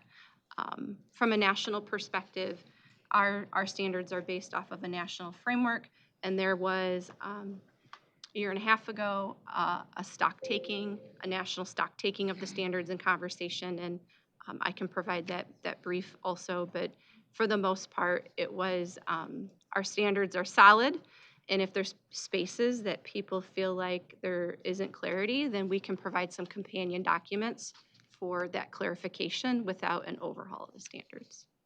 Thank you. Thank you, Ms. Tilley. Ms. Lipton? She was going to answer the other part of the I'm question. sorry. Okay. Ms. Tilley, thank you for your question regarding possibly the necessity of AI standards. We have been in very close collaboration with Michigan Virtual, and we just received the Michigan Virtual Effectiveness Report. And Michigan Virtual they have a pilot collaboration going on throughout the state of Michigan where they're working with local school districts, taking a very close look at here in Michigan, what are the needs in implementing and understanding AI. So the standards have not been developed, but there is conversation and collaboration going on, and we can definitely keep the board apprised as to that collaboration between the department and Michigan Virtual in terms of how we possibly will move that forward. Okay, Thank you. You're welcome. Thank you, Ms. Tilley. Ms. Lipton? So I just wanted to make sure I understood when you talked about the review of curriculum to provide guidance, and I thought you said 69% was compliant or met this, no, 69, I'm sorry, I got that right. 69% did not meet the standards. So, and this is curriculum that is currently being used in districts, or you're just talking about in general curriculum that you reviewed? Thank you for that clarification. So there is a well-known company that reviews curricular materials, and materials get rated, like a green rating. Okay. And so that data is from one of their reports to give me an indication of what's happening the temperature and progress in curriculum materials. So the majority of the materials that were getting reviewed were not meeting their standards of being aligned. Okay. And of course, curriculum decisions in a local control state are in the purview of the local district. But it sounds like you're in the process of at least providing guidance to districts that, I mean, obviously I understand that once a curriculum is purchased, a school district might not be so interested in investing in yet a new curriculum. But if the district is at a point where they may be looking at updating or purchasing a new science curriculum, your intention, and you may already be there, is to have suggestions of what a compliant curriculum would look like for a district? I'm not recommending any specific curriculum. That's out of my lane. But I can point them to vetted tools that they can utilize. Okay.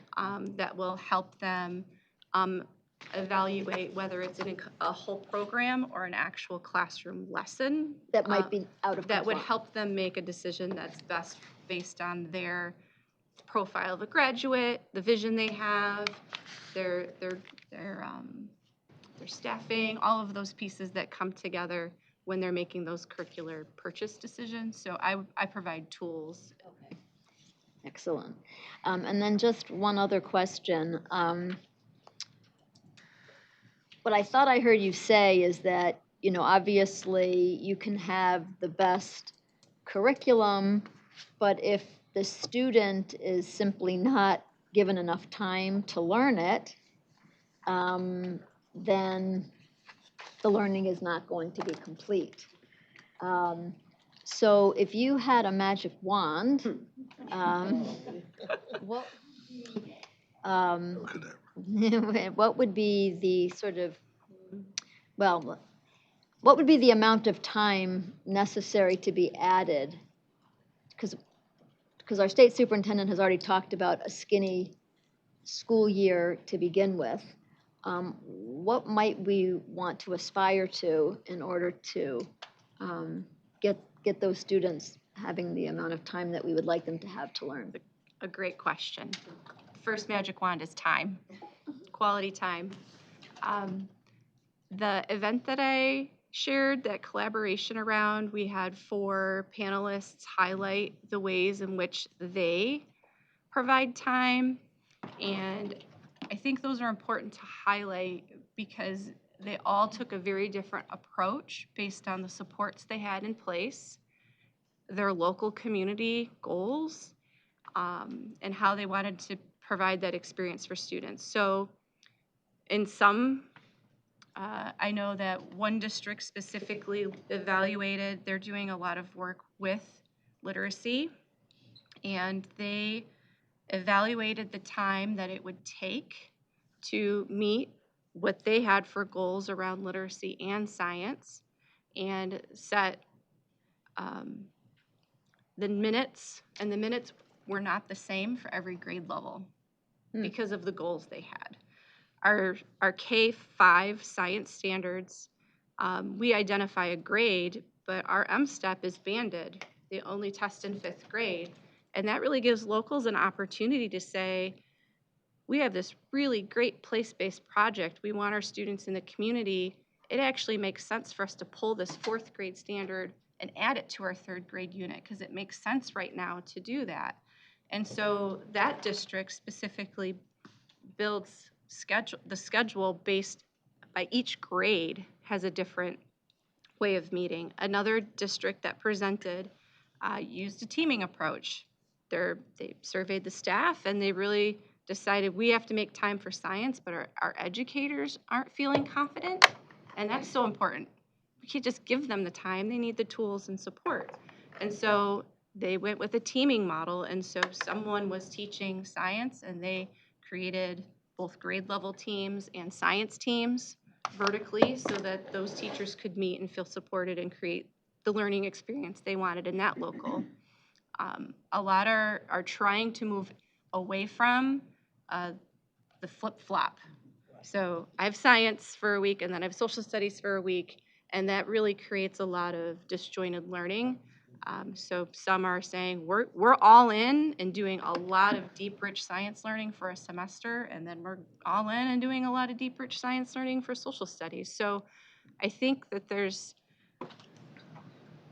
a lot of value in doing the standards mapping process alongside of the curricular materials you have with your vision you have for your students locally, and you figure out, what do I need to do to provide this time for my students to be proficient in not just science, because we really want our students to have the whole plate. Thank you. Thank you, Ms. Lipton. Anyone else care to share? Ms. Kuzmano. First of all, shout out to the amazing work you're doing. My best friend in Rochester Community Schools is the science consultant. So I've never heard the word phenomena as much. As an English teacher, I was like, what are you saying?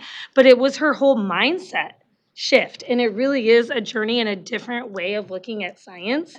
I kind of wrote down things because I do think you talked about the issues at the high school level with the fragmentation. I kind of trace some of that to College Board and how the AP classes are fragmented. So AP biology is carded as AP biology. So I think there's a bigger conversation to be having with them at the high school level. I also think that there is that elementary teacher comfort with science is a really big one, and I'm so happy to hear that you're taking a look at that, because I do think that there's, teachers, especially elementary, that has to cover all these subjects, default to what they know and feel comfortable best. And so because there's been such a shift, that's an uncomfy place to be. So I really think that's important. Also, another shout out to Lake Orion schools, because they decided at the local level that that was a priority for them, and they allocated resources towards that. And I do think showing those examples to people across the state of what can happen with that, and even for the board to see what Lake Orion is doing with science at the elementary level, is super cool. And so I just really wanted to lift up what you're doing, because I know it's an incredible bus to turn around. Thank you. Thank you, Ms. Kuzmano. Anyone else on the board care to share? Going once, twice, thrice, hearing and seeing none. Three things. One, I did remark phenomena also for two reasons. One, often it's not used as the plural that it is, so I appreciate that. And also because it's similar to one of my favorite Sesame Street songs. Thank you, Senator. But two other issues, and they're both about capacity. That when I joined the department 6 years ago, there was only one subject area that had specific consultants, and that was ELA. We now have a science consultant, we have a social studies consultant, we have 2 math consultants. We're building out our capacity. It is insufficient, but we're building it out. We recognize the need, and we've talked about the need, board members, for capacity in music, art, physical education, library, or media sciences. So I share those as examples of ways in which we need to build out our capacity to serve our 835 local school districts and the educators and children in them. So that's one. Two, with respect to budget, that the Michigan Department of Education is responsible for in excess of 20% of the state's budget, with 1% of the state's FTEs and 0.2% of that budget itself. So there is an absence of capacity relative to the services we provide and the importance of those services. Board members, it's 12:35, and I will, presenters, I appreciate you. I got ahead of myself. I appreciate you, and I appreciate your presentation. Thank you so much. Thanks for the opportunity. Thank you. Board members, next item on the agenda is the vote to convene closed session to discuss the annual evaluation of the superintendent of public instruction. As you are aware, the superintendent's annual evaluation is on the agenda this afternoon. According to Section 8(1)A of the Open Meetings Act, a public officer can request and does annually a closed session to consider a periodic personnel evaluation. Therefore, I will entertain Dr. Pugh a motion to convene the closed session, followed by a roll call vote. So it has been recommended for the State Board of Education to convene in a closed session at the request of Dr. Michael Rice and to consider his annual personnel evaluation. And as he mentioned, this is provided in Section 8(1)A of the Open Meetings Act. We have a motion. Do we have a second? We have a second from Dr. Pritchett. Is there any discussion? Hearing none, if we could have a roll call vote, please. Bullock. Yes. Lipton. Yes. McMillan. Yes. Pritchett. Yes. Pugh. Yes. Robinson. Yes. Snyder. And Tilly. Motion carries. Board members, if you would get your lunch and convene in the space over here, we will reconvene in public session at approximately 1:30 p.m. Thank you.